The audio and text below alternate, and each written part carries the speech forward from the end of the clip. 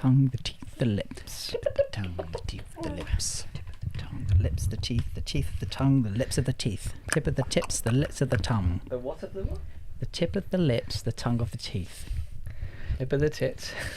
The top of the tits. Lip of the tits and tongue in my ass. The tongue on the tits. Wait, what did I say? Teeth Sorry, in the I arse. blacked out. Oh, God. Blacked out. Fucking missed. Nice. I'll pick that up later, I swear. We rolling? Are we rolling? We are Yeah. rolling. Nice. Check. You see me rolling. Well, welcome back. Sorry. Oh. Sorry. Welcome Blacked back, out. guys. Thank you for joining us. Episode 5. How many? 5. No. This is episode 5. Are we at 5 already? Yeah. I know that because I've edited all the fucking... Oh, yeah. We've got more than a month's worth of content. Yeah. Well, episodes even. Oh, yeah. We're putting them out Bloody daily, hell. though, so got a while to... Oh, my God. Yeah, crew. Welcome back, Skibby. We haven't recorded in a while because you went away, didn't you? I did. Where? I went to... Prison. I went to Mordor and Oh, yeah. the literally. Shire. Yeah, I went actually to Middle Earth. Yeah. Went to see Gandalf. Did. And... What did he say? What's up? Yo. Yeah. In typical... actually, complete sidetrack already, but have you seen that there's an Ozzy Osbourne as Gandalf? It's hilarious. AI, was it? Fighting bull... No. Oh, okay. Is it Balrog? Oh, yeah. And he's just like, what the fuck is that thing? And then literally when when he's falling up, he's like, fly you fools. He's just got, and then as he's falling, he goes, Sharon! How's this? It's not AI. I don't know. It doesn't look like. I think it's someone impersonating Ozzy, but it's very funny. Okay, yeah. I didn't watch it, but I saw it, and I Yeah. was going to bring it up as well. I just love the falling. Sharon! But obviously that's New Zealand. But I went to New Zealand. Yeah, yes. nice. For a family wedding. So that was good fun. Yeah. But yeah, 3 weeks pretty much, and just it was winter there. Not really winter. Call it spring, early spring. Is it the coldest it gets for New Zealand? More or less, yeah. So it was about 25. I want to say like 12 degrees, Okay. 13 degrees. But when the sun was out, the sun was bloody warm. So That's child's play for us Brits. it was. I packed my shorts. I was on a rooftop bar, Yeah. and they're all like in their coat and a Coat, woolly hat, and shivering. I'm like, Do they wear coats and woolly hats in that temperature? Do they feel it more than like we? I mean, Isn't their do climate feel very it, I similar suppose. to ours? It's very similar to ours, yeah. Like the summer's not super hot, but Mm. it's like it is here. To be fair, I bought a woolly hat while I was there, just because I needed. The old ears were a bit cold. Yeah, fair enough. But yeah, just chill, I kind family of time. It's good. assumed it would be similar to Australia's weather. It's a Yeah, lot. I mean, it kind of is because like Melbourne and like that area is kind of similar to us anyway.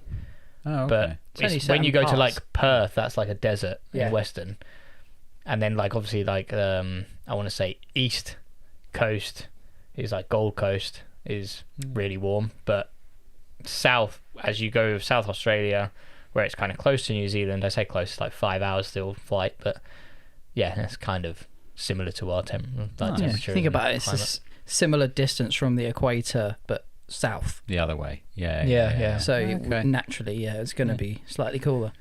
Well, There you I've go. never been. Maybe I'll go Maybe. one day. How did you enjoy your 3 weeks off of me? Oh, it's been peace and quiet. I also had a family wedding. Oh yeah. Kept that one quiet though, didn't he? Yeah. I did. He's got the ring. I did get Show him the married. Oh, ring. he's show him remembered the to ring. put it on this time. Yeah, I've actually remembered. And this is the actual ring as well, not the one I had to buy in Greece. Not the 12-euro ring. Not the 12-euro ring that I bought in Crete because I forgot to take my ring on my honeymoon. Oh, really? Yeah, I got not told off, but Will you I not had Just stern wear words. it constantly? Is that not? A Well, I thing? took it off to shower and then forgot to put it back on. Was it stainless steel or something? Why'd you take No, it off? I don't know. I just took it off because He's getting used to this whole thing. yeah, I mean it's slight. It's not too small, but I don't know. It's a bit of soap on my knuckle. It probably would fall off. Okay. So I didn't want to risk it, and then lo and big. behold, stupidly. Sorry, a bit too big. I said it's too small, didn't I? You did. Yeah, it's a bit. Unless too you were big. talking about your finger. My finger's a bit too It's small. too It just small. just need to get my finger resized. That's all, and then I'll be Yeah. fine. He's like curls like this. This false ring. Lucky girl. I use my other hand for that. Otherwise, I will lose my ring. 1 week on the honeymoon. Sorry, Key. Oh God. Yes. What a flying start. Yeah, so the false ring. I bought a ring. I had to go and buy a ring in Crete. That looked similar? No, or no, it's just whatever ring I could find. Just a ring. Yeah. It was silver, and it was €12. And Skibby told all my football friends. Yeah. And then I got tons of messages from them all saying, "Cool, that ring looks expensive." Yeah, you're really original. Jokes. I like. I didn't know that until tonight. Yeah, no, I didn't really. That is funny. I think I only told Dad and him, and then he told everyone else. But yeah, there we go. Yeah, I did get married. Yeah. Yeah. So. Congrats. Yeah, nice one. Congratulations. Thank you. Well, I've done nothing in these 3 weeks really. That's good. Got to have a bit of you've time had off, haven't you? Much more eventful lives than me. But yeah, well, let's cut back into music podcast, shall we? Absolutely. Yeah, here we go. I got a bit of a stonker, if you don't God, mind. do We we? just coming in. I did see an application on your laptop. Not that I was nosing, but does relate to what we're discussing here. Okay. Okay. ExpressVPN. It's not too far from that. It's the whole topic of, because there's a movement going on that I'm kind of unsure about at the moment. On the face of it, I want to get involved and I support it, but on the other side, I'm like, I don't really know where this goes. And it's temporarily bringing back piracy. What did you see on my laptop? Napster or something? BitTorrent. Oh, okay, yeah. Yeah. Yeah. You got outed by me. Now you've outed me. I'm not saying you've used it. It might have come with the machine, but that would be very unusual. That's definitely what happened, I think. Yeah. Second-hand machine, right? Yeah. That copy of It's Windows. not even mine, actually. I Oh, yeah. borrowed it today. It's mine. No. It's the missus. BitTorrent can be used for more things than piracy, so it's peer-to-peer stuff. But no, there's this movement going on called Bring Back Piracy, and a lot of it is piracy being the illegal downloading of files, not sailing the seven stealing seas. shit. What? No. You people download music illegally? Yeah, What? apparently. How is that a thing? Well, I didn't know that. It said so on the internet. Didn't know that. Not just music, videos. What? Even films? Yeah. What? Apparently so. I've got no evidence of this, but yeah. What? Even games? Yeah, that internet is really something. Well, yeah. So piracy, the stealing of namely music as well. Okay. And this isn't. We're not just talking about LimeWire back in the day or Napster. Today, 2025, people are opting. We've seen a 13% rise in the last year alone of people hitting Pirate Bay. Really? For more music, films. Oh. We're going to focus on the music element, but it is definitely a problem with streaming overall at the moment. And I'm not sure what my stance on this is just yet. I think discussing it in an open forum like this might be able to sway me one way or another. But I firstly, I wanted to just demonstrate the amount of money that isn't being made from artists in the streaming, using the streaming platforms at the moment. Okay, so I've got a chart here. All right. We're going to put this on the screen, Skip. The chart. Yeah. We can put this on screen. So we've got our main contenders that are in the streaming world for music. We can go into films and Netflix issues in a bit. But Tidal being one of them. Shit. They're top of the charts. I had to subscribe to Tidal because I had some DJ software.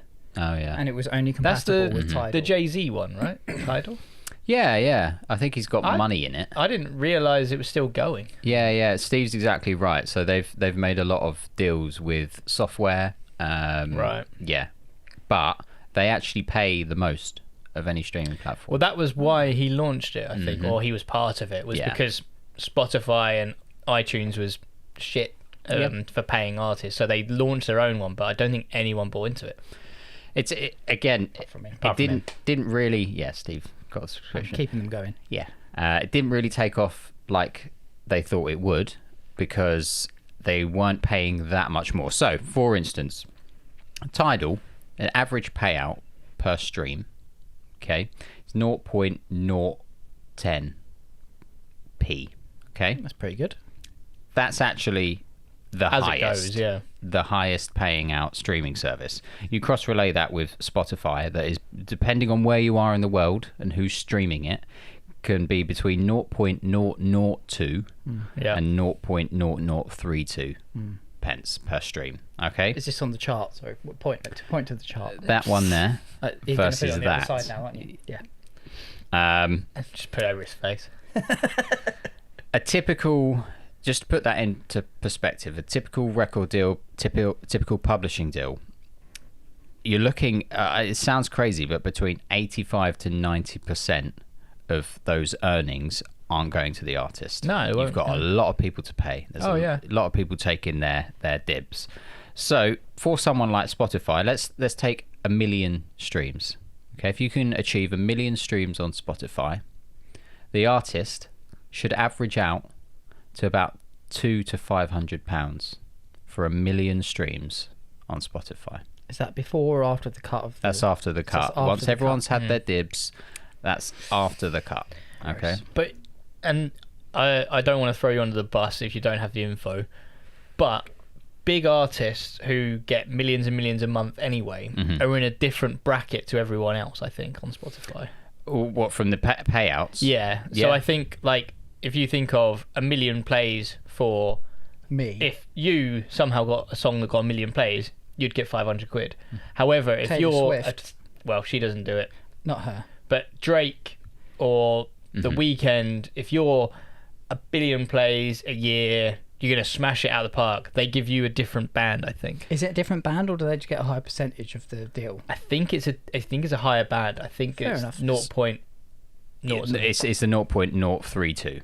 So they're So that's their. yeah, and I think the intention behind this is because they want people to go and listen to these artists on their platform. Like, Yeah, if exactly. The Weeknd all of a sudden aren't on Spotify, If they're just suddenly on Apple Music, yeah, or Amazon Music. exactly. So it is like that. So it's an incentive for the artist to promote their platform as well. Yeah, exactly. Yeah, we're paying you more than we're paying everyone else, so we need you to plug it. Yeah, because you're bringing the people into our platform. Uh-huh. You know, the lowest paying out of the ones that were listed here, YouTube Music.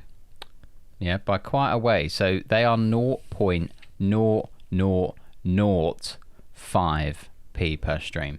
Christ. But is there like a benefit to that? Is it almost like the ad revenue on a YouTube video where, because it's your channel, you get that revenue? Potentially, like the Vivo channels and stuff. Yeah, absolutely. Are they even still going? I thought Yeah, Vivo Vivo still goes, oh yeah. man, that Yeah. was so dumb. I mean, not done by Vivo, but done by artists that kept opting into Vivo. Yeah. So when you go to like Ditto, it will go, do you also want to spin up a Vivo YouTube account? And Oh, God. fuck it, why not? But yeah, so obviously looking at these figures, there's a problem here, right? You're cross relaying that, especially for artists like ourselves, where we haven't got a platform yet, and we're putting our music up on Spotify and just crossing our fingers and hoping maybe we'll be rich one day.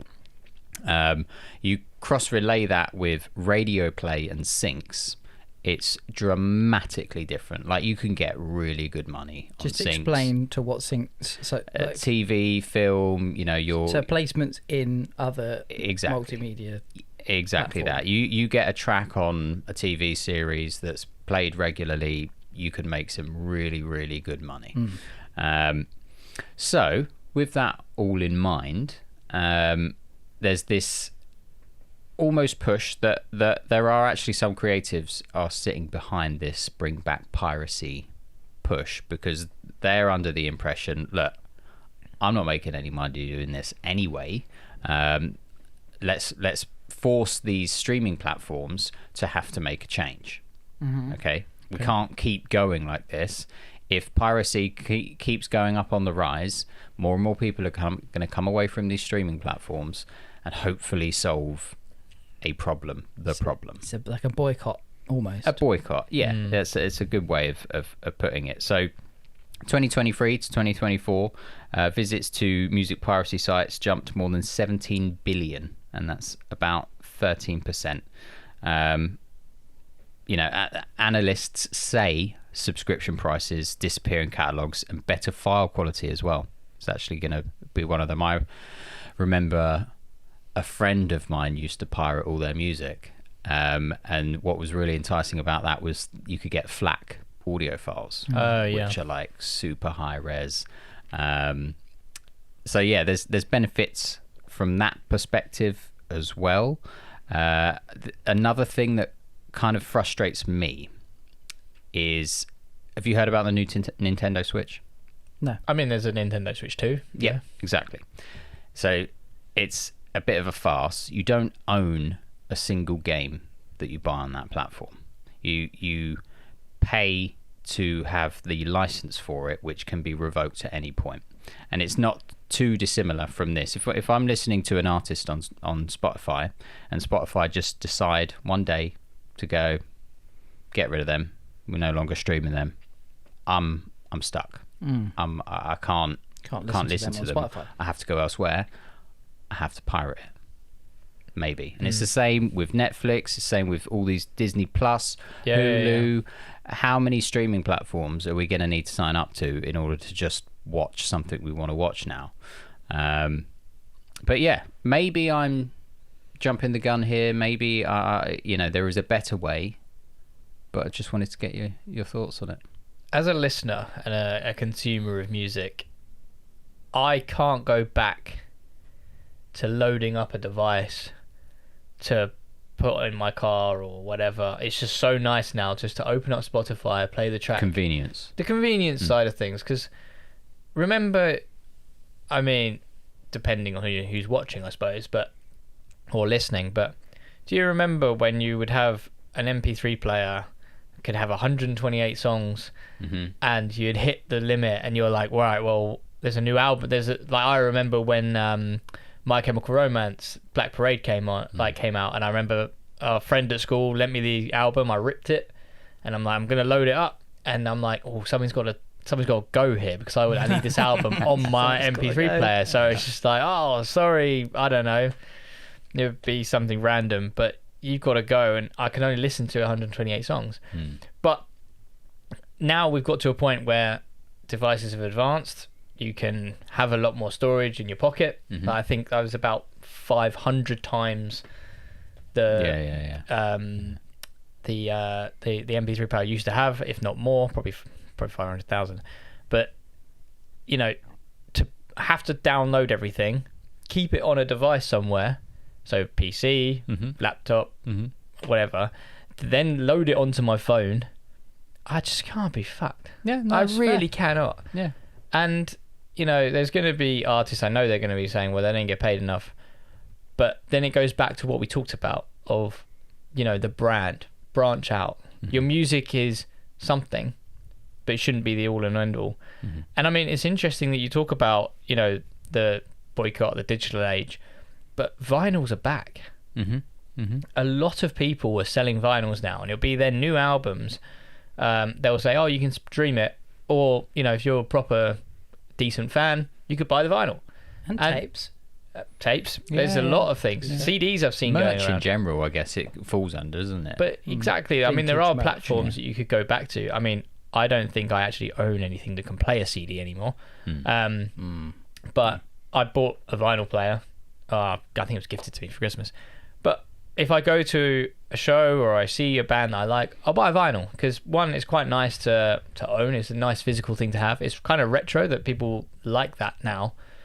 But I just think from a convenience point, I just can't be bothered to go and download a new album to then put on my device and so it's strictly convenience. It's convenience. Yeah, 100%. And I would totally agree with that.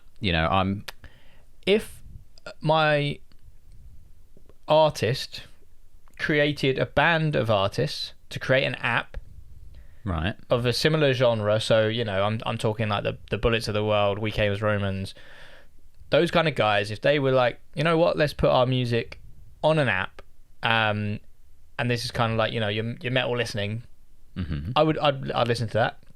Whether they would be able to host that, because obviously there's going to be record companies that are paid for this is where it really comes down to, is the people it's the leeches, the people that help, record their album, make things happen, and book a tour and all that stuff.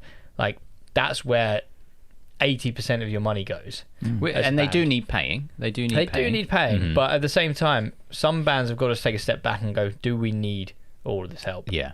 I mean, surely you get to a level where you can put someone on your payroll to do this, and then suddenly the money call comes in-house. I might be wrong here. But that's the thing. If you created an app that, was for your band, and you were then you created a more fairer label amongst yourselves, then I would use that. I would 100% use that. But at the moment, Spotify have almost like the monopoly, as well as Amazon and Apple. Yeah. They just don't give a shit, and they're just going to rinse it. And they've built the platform, and people are going to use it. It's there. Yeah, 100%. And I don't disagree with anything you said there.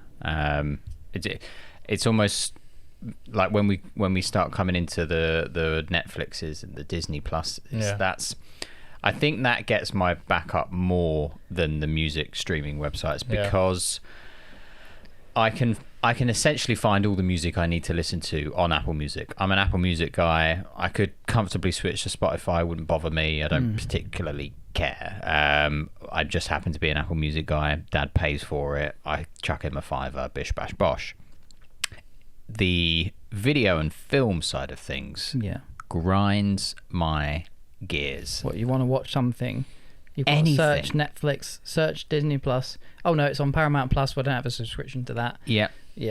There's not the same convergence as there is with the music industry of a single platform. It's, I've got to go over here. Oh, I've got to change my VPN and pretend that I'm in Sweden so I can watch this. Yeah. Like, it's just, and I think that's where the majority of this bring back piracy thing is coming from. But it does impact the music industry as well, and people are, it is, happening. Yeah. No, I'd have to. I kind of agree with you on. I'm the same. I have Apple Music. Chucked out a $5.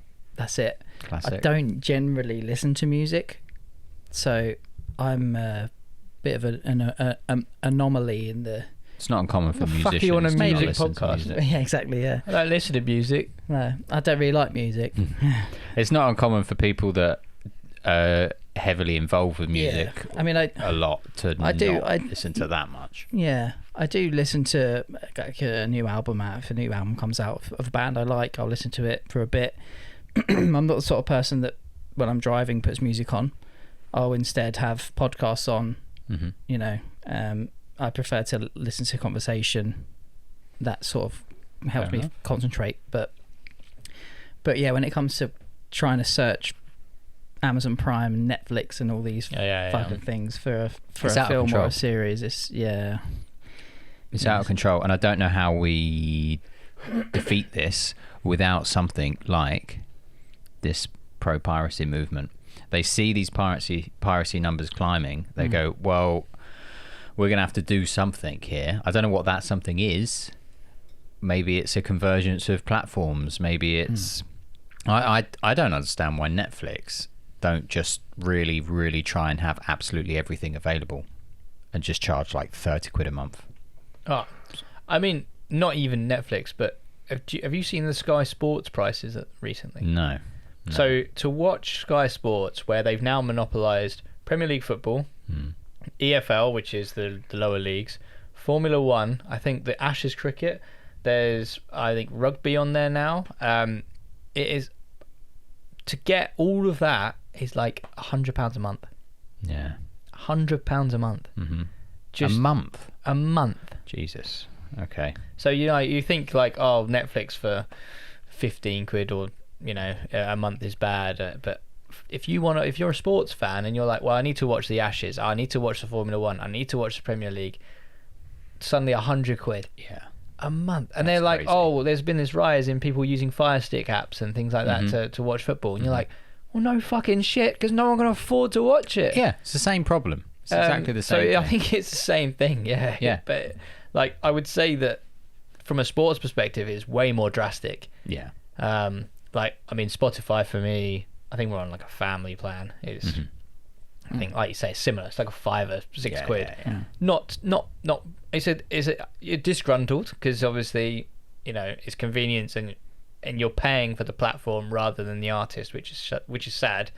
But I think that's where it comes down to going to shows, buying merch, supporting the band. I think that's where they really get the support. Which you and Steve are quite active on, to be fair. You go to quite a lot of shows. Yeah, I pay for the ticket, but I don't generally buy merch.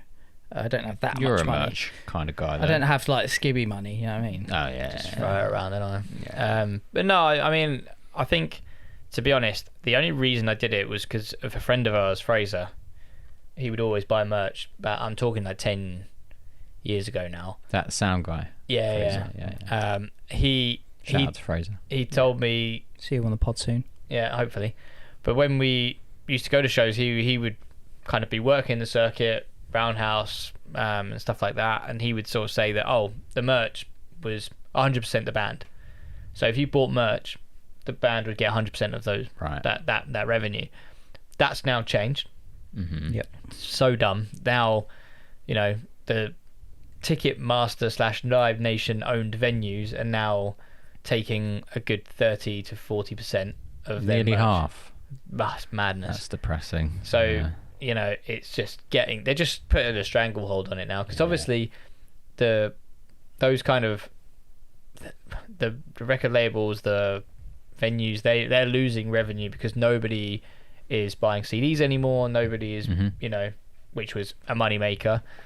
The streams, they're not seeing the same levels of revenue. No. So they got to protect their interests, which is, oh yeah, by the way, your band, we now own X amount of that, so we're going to take 40% of your merch. Yeah.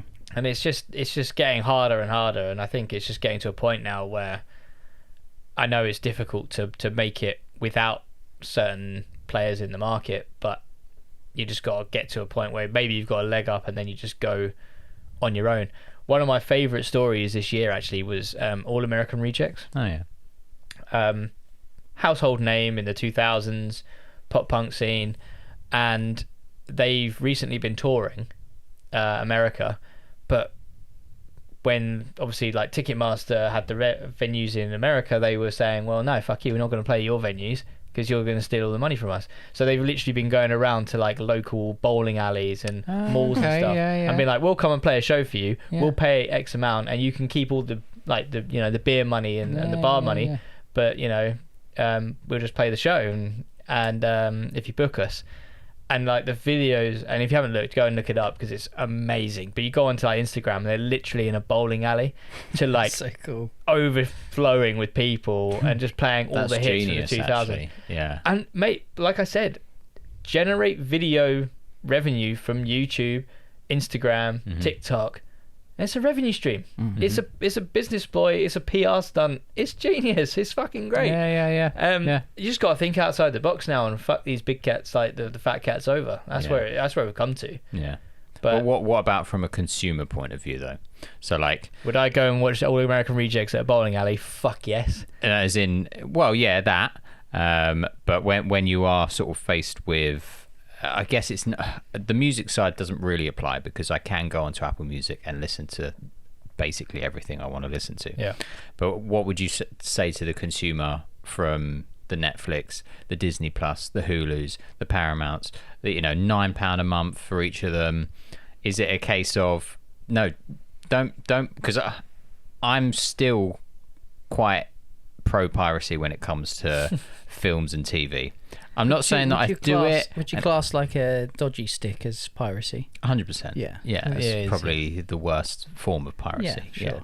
Yeah. You get anything on it. Yeah. Yeah. They do exist. Yeah. I don't have one, but I don't know how you get them. No. But it's kind of like, what do those people do? You know, they want to watch this program. Is it a case of tough tits? You can't watch it, or you know, hope that someone's going to upload a dodgy version on YouTube that lasts for 3 hours before it gets taken down. I don't know. How do we combat that and from my point of view, the only way really to combat that is piracy at the moment. And I'm not saying piracy is good. I'm just saying, what else, other options do we have at the moment? Yeah, where else do we turn? Yeah. I don't think there is anywhere. You're right. No. Not that it's right, but what option is there? Apart from not enjoying the things you want to enjoy? Yeah. I suppose. It's very much a first world problem, I'm sure. Yeah, I mean... Oh, yeah. Thinking back to, like, the early 90s where there was 5 TV channels, you know. Yeah. You watch a video if you want. I suppose that's... Yeah. You'd have to just collect all the videos of film that you liked, but... That's just reminded me as well. Another thing I saw this week was this NFL player was chatting to a little, like, 8-year-old boy when they were, like, drawing or something, and he was like, "So what cartoons do you watch?" And he was like, "Cartoons?" And he's like, "Yeah, you know, cartoons, Cartoon Network, Nickelodeon. What do you watch?" He was like, "YouTube." Yeah. And he was like, What do you mean YouTube? Like, what cartoons do you watch? Like, just give me names." And he was just like, "I just watch YouTubers." Mm-hmm. And I'm like, oh my god. Yeah. That's where we're at. Yeah. Yeah, our niece and nephew are no different. That's all Roman talks about. Yeah. Just some Dexter's Lab. I was obsessed with Dexter's Lab. You were, yeah. But no, look, my mind's not made up on it. But I'm struggling to find an The only thing that I alternative. would add to that, though, is because I know they dabbled with, you know, anti-piracy on, you know, MP3 media before. I mean, that must be perfected now. Yeah. Remember the Sony one? I think it was a Sony one. It's DWG, DMG? No, it's D something, but yeah. What's I that? know what you mean. So it was like, I remember they put it on, it might have been a Katy Perry album. Like the early 2010s. And it was kind of like one of the first where if you ripped the CD, it was unrippable. Right. Yeah. And basically you bought the CD but you couldn't play it on a PC. Yeah. And then they had to quickly remove it because everyone was like, well, I can't play this because I've got I'm trying to load onto my iPod and it won't work. And they were like, oh fuck, we fucked up. But yeah, so it'd be interesting to see what their anti-piracy is now. But if it even exists, like if I was to, not hypothetical, I'm not doing it, but if I was to use OBS, for example, a recording software, to capture my desktop audio while I played a song on Spotify, there's nothing to stop me from doing that. No. So technology is almost available and good enough to do that. I wonder if there is something which prevents you, or there will be in the future if there is this piracy movement. Well, I think a lot of it is built into the platforms. So as we joke many a time, playing certain amount of a song is going to get us copyrighted, things like that. I did have a bit in here about the anti-piracy. The anti-piracy, yeah, because they're working on it basically. I say we're as an anti-piracy person would be always one step ahead. Like, something else is gonna, and it's just gonna be this ongoing battle until, because there was a peace time. 2015 was like a balanced time. No one was really pirating music. Everyone was signed up to their streaming platforms. Well, I was going to say because it was affordable. Exactly, it was affordable, and people went, "Do you know what? That's a good deal. I can listen to anything I want for $6.99. Exactly, cheaper. That. I think it was only like £3. Yeah, or and they just went 2015. turned up the dial, higher and higher and higher and higher, and now people are going, well, I can't afford this anymore. But yeah, that's that. DRM, digital rights management. That's it. Yeah. Yeah. Okay. I'm still undecided. I'm not going to actively take up piracy, but I'm thinking about it. All right. Just Spotify. Yeah. Watch Watching this you. space. Cool. Thanks, guys. Appreciate that. Yeah, nice one. Very good. Well, I reckon. I think Steve's got a guest, right? Oh yeah, Have you? Should I get the guest on? Yeah. Let me get him on. Yeah, let me get him on. Wicked. Well, I am beyond delighted to be able to say that our guest today is one of the most exciting drummers I've ever come across, certainly in my time in the industry. Apart from my brother Andy as well, he's also an exciting drummer. Yes, appreciate it. I just clocked you, like, giving me the eye, and he's like, what? And literally, it's like The Simpsons, where it's like, you can literally see the point where his heart breaks. It's like, you screwed it up from square one, Steve. Yes, well, it's a guy I've been lucky enough to work with and see live multiple times. He's an absolute powerhouse behind the kit, known for his explosive energy and very fucking hard-hitting style. He first made waves drumming with the punk rock band Dead, !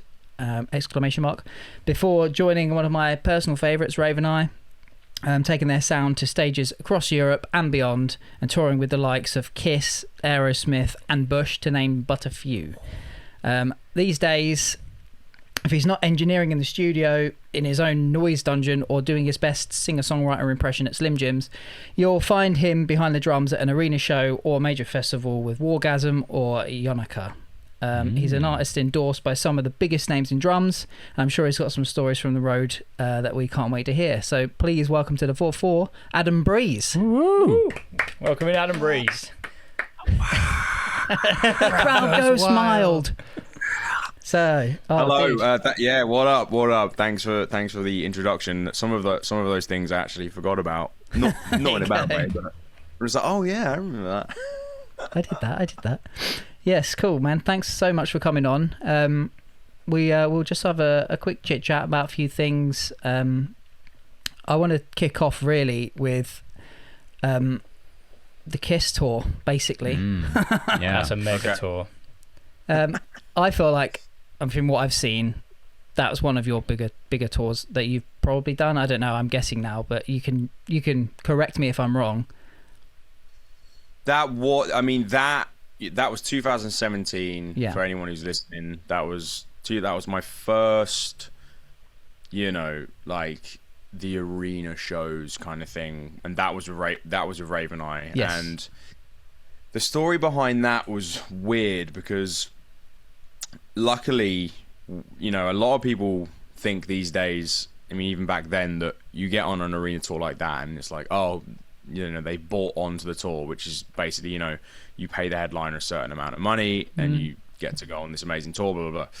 We didn't on that. I remember the phone call I got from Ollie, who's a lead singer, and it was on Valentine's Day, out of all the days, and I was sat at home like fucking just crying that I didn't have a girlfriend, whatever.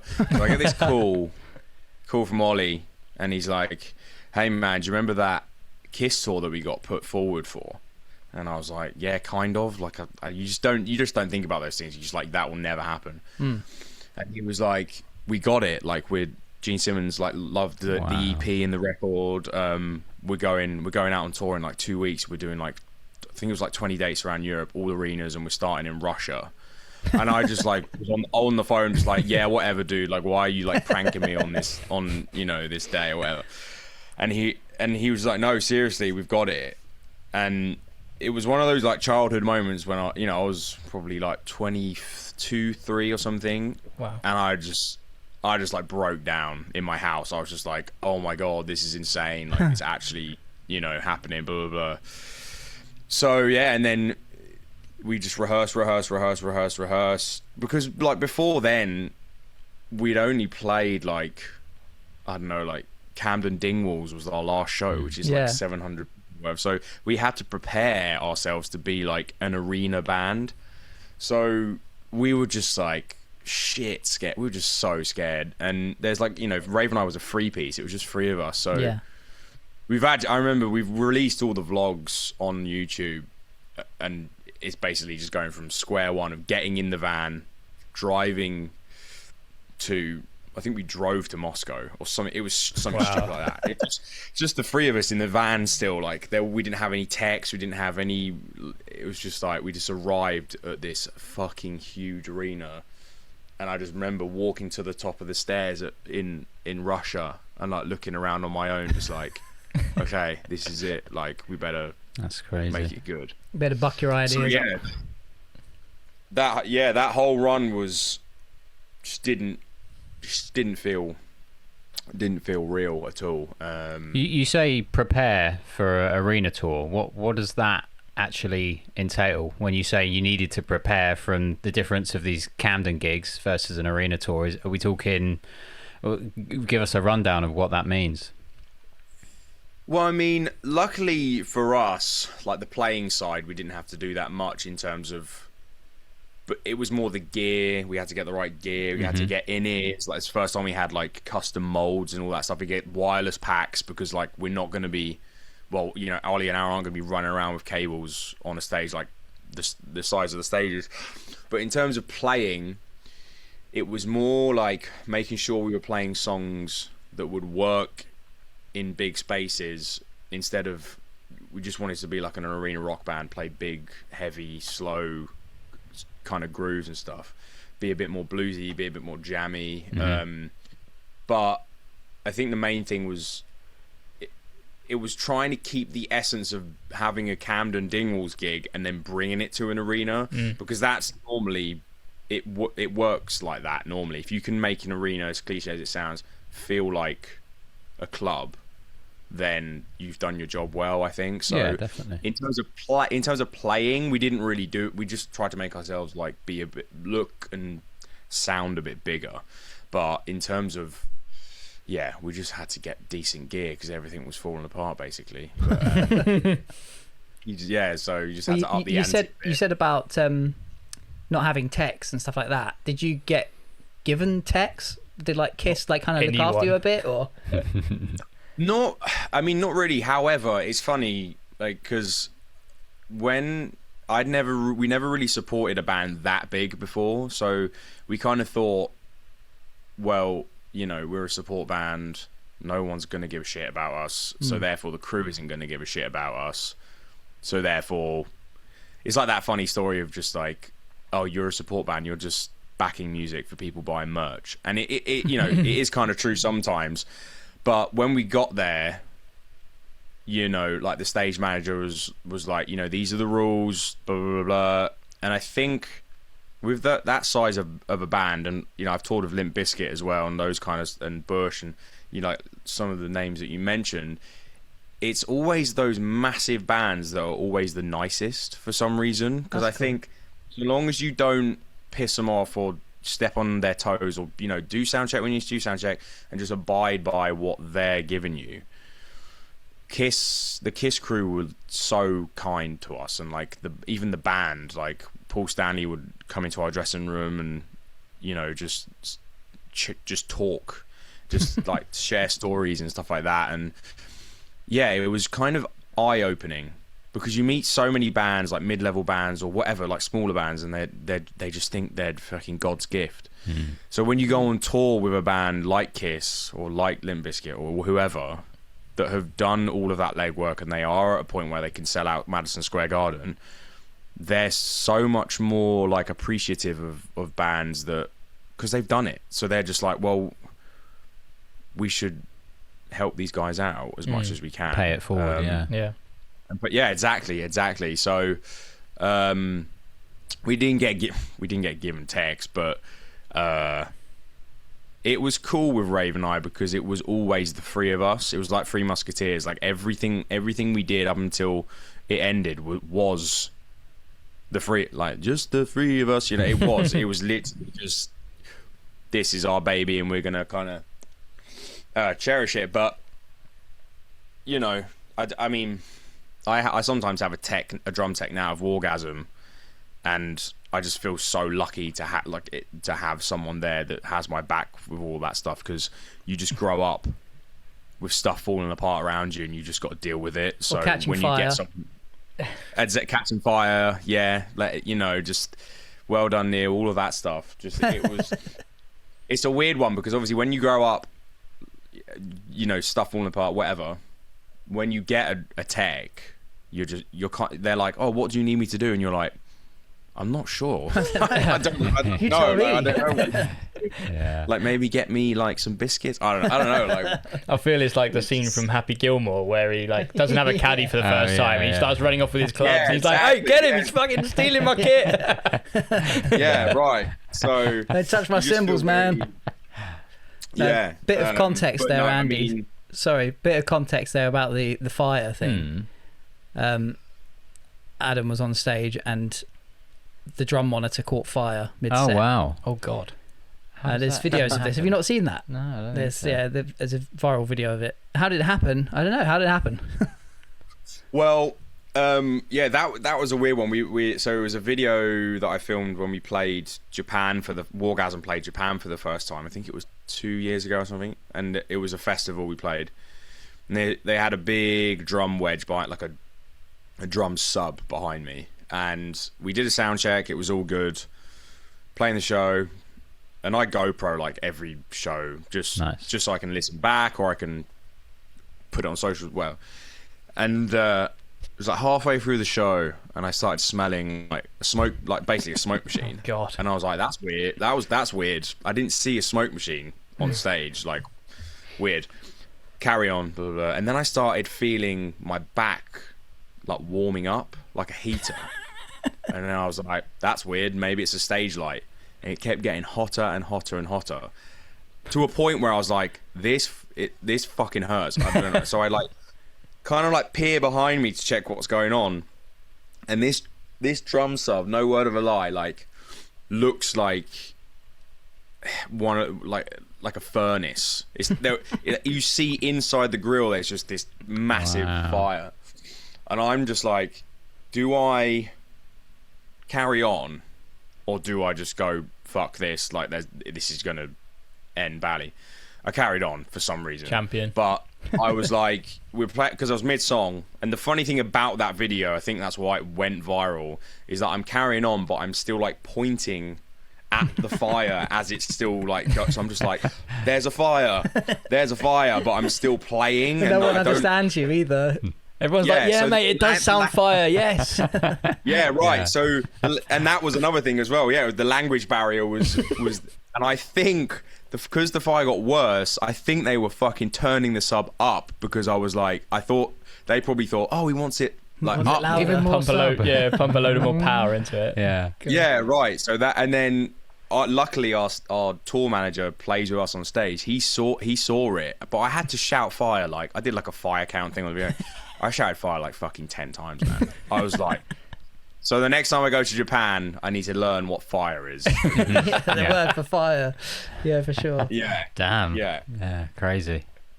That was mad. Yeah. No, I mean, that aside, what other crazy stuff has happened to you guys? Like in any bands, any tours, any countries, what would you say is the craziest thing? Apart from being nearly burnt alive. That's got to be hard to beat, surely. What's the what do you mean? Like, as in like what you wouldn't believe, or like, or show something that happened that it's just like unbelievable. It could be like you were playing a show and someone turned up that you didn't expect, someone really famous, or okay, I got two stories. Go on then. Go for it. The first one is when the first time Wargasm supported Limp Bizkit. Now, bearing in mind, like before we got that tour announced, we got told, and everyone in the Wargasm crew was freaking out. I haven't told them this. I am now. I wasn't a massive Limp Bizkit fan. I was like, cool. It was the same thing in the Kiss tour. I was like, they're still alive. They're still doing this kind of thing. I was like, oh, okay, cool. Like, we're going on tour with Limp Bizkit. Anyway, so literally, I think the first day we arrive, we're on a thing called a bandwagon, which is in the States is like a van with bunks in. Anyway, but it's got like a kitchen and shit. We're on the bandwagon chilling out after the show. We just get a knock on the door. I'm like, who the fuck is this? It's security. We open it and it's Fred Durst, like at the front door of our wagon, and we're like, oh, hey man, like bearing in mind he hasn't said anything before this. We haven't even met the guys yet, and he was like, hey, what's up guys? We thought we would, it was all of Limp Bizkit, but Fred was at the front. He was like, we thought we would come say hi, and we were just like, you know, getting ready for bed kind of thing, like, oh, what the fuck. So they all of Limp Bizkit get onto our bandwagon, like all like kind of like shuffle on and like looking around and stuff. They're like, oh, cool, man. And our guitarist at the time, Eddie, he had like, he took, you know, those like vape pens in the States, you can have weed in them. So he had like smoked this vape pen and it was just fucking, he is like blazed in the corner, so he, when all of these guys from Limp Bizkit come onto the bus, he just sat in the corner just like freaking out. He's like, this isn't happening, bro. It's like, a trip. This is the fuck trip. is in this pen? Yeah, and I'll just like keep looking at it and he's just like, oh my god, it's Fred Durst. Anyway, so yeah, that happened, and then most recently we were lucky enough to do some shows supporting Korn, which was like, there was I think it was like 4 or 5 shows in Europe and the UK. And Ray Luzier, the drummer, has been one of my favorite players since I was a kid, kind of thing. So it was a really weird kind of story. So I did this competition for VicFur for a couple of years ago, and it was like a Ray Luzier competition, and the top prize for the winner is like a signed pair of Ray Luzier drumsticks. So you had to do like a cover of one of his songs, film it, send it in. So I did, and then I won. Nice. So he sent me a pair of his drumsticks signed, saying, you know, it said like "Good luck, Adam" on it. Flash forward 5 years later, we're supporting them. So I'm like, I've got to bring these fucking drumsticks, man. Like I've got to show him. It's got to, you know. So I think we were in Switzerland or somewhere. It's the first show, and he's watching me side stage, and he watches the whole fucking show. He's just like watching me. And I'm just like, don't freak out. And then afterwards, his drum tech, Mark, comes up to me and he's like, hey man, you Adam? I'm like, yeah. And he's like, oh, Ray wants to see you. And I'm like, right, okay. So I like go and meet Ray. And he's like, he was like, hey man, he's like, really nice guy. He's like, was that you up there? And I'm like, yeah man. He's like, oh, you were like, you were shredding, bro, blah, blah, blah. I was like, thanks so much. And I was like, dude, look, I've got to stop you, but like, I don't know if you remember this. I won this competition that you signed some drumstick, and I was like, you know, thank you so much for the inspiration over the years, blah, blah, blah. And he like looked at me and he was like, no way, man, that was you? And I was like, yeah. And so I got the drumsticks out and I was like, these are the sticks you sent me. And he just like, it was just silent for like a couple of seconds. He was like, this is crazy, man. He was like, this is the coolest thing. Like someone's, you know, all this stuff. We got a picture, and now I've got his fucking phone number, and we text and like talk and shit all the time. Crazy. That's awesome. Like those kind of stories. Forget all the stupid shit that happens. That will just happen anyway. But like those kind of stories where it is like the full circle things, and you just remind yourself, okay, yeah, this is why we do it. This is worth the hassle, kind of thing. Yeah, man. That's what we're after. That was awesome. Crazy. That's such a good story. Love that. So that's pretty cool. But I mean, there's so much stupid shit that goes on that you just we can gloss over that. I don't think we've got long enough to go through all the stupid shit. Oh yeah.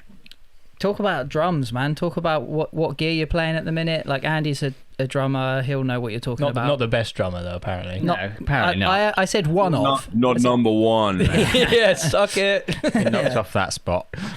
Yeah, what are you playing at the moment, man? At the moment, I mean, you probably can't see behind me, but I was recently endorsed by Ludwig Drums. So that was probably about a year ago, 2 years ago now. I signed with Ludwig. Did you choose them or? Yeah, well, so I was with Mapex Drums for however many years, and then I recorded an EP with this girl called Karen Dio, and she was recording at this studio, and this guy Mike, who owned the studio, had this Ludwig classic maple kit, and it was like this 70s thing, and I was like, oh, okay, I'll just play that, and I played it, and it was really weird. I was like playing it, I was like, oh my god, this feels, I kind of like fell in love with drums again. I was like, this feels so fucking good, sounds so good, records so well. And as soon as I got home from that recording session and hearing those drums back, I was like, I need to somehow get in contact with Ludwig. I can't remember how I did it, but managed to get in contact with Jamie, the artist rep, Nice. and he was like, yeah, we'd love to have you. And I was like, okay, shit. I was like, okay, cool. And then I was like, I didn't really have any money at the time, and I was like, if I get a second-hand Ludwig kit, can I still be endorsed? And he was like, yeah. So I found this like classic oak Keystone X kit on this Welsh drum store site. 800 quid. It was like nice. 4-piece kit. And I was like, yep, okay, cool. And then I recently rewrapped that to be like a chrome mirror kit, kind of like a Taylor Hawkins Hyde Park copy, basically. Nerdy. But yeah, so Ludwig drums, Zildjian cymbals, Promark drumsticks, and Evans drumheads.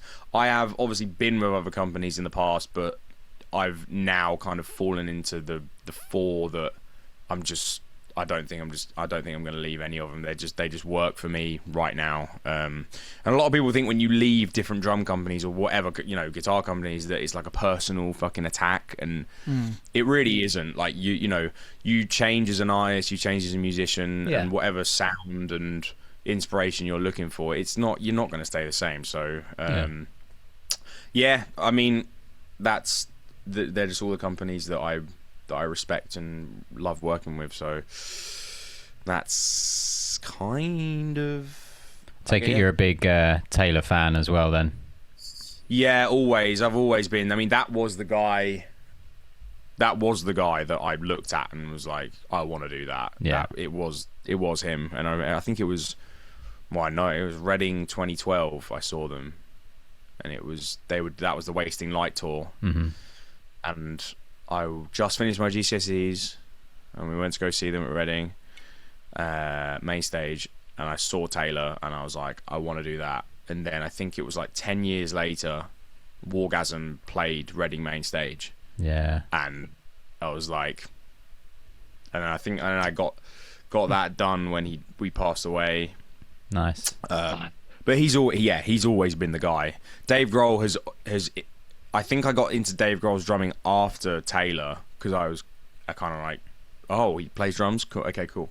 Because a lot of people think I play a lot like John Bonham, and I love John Bonham. Like he's probably the greatest rock drummer ever. But I never really got into Led Zeppelin until I was older. Like I was kind of just like a grunge kid all the time. I was just like, I don't really care about Led Zeppelin or the Beatles. Like I didn't really.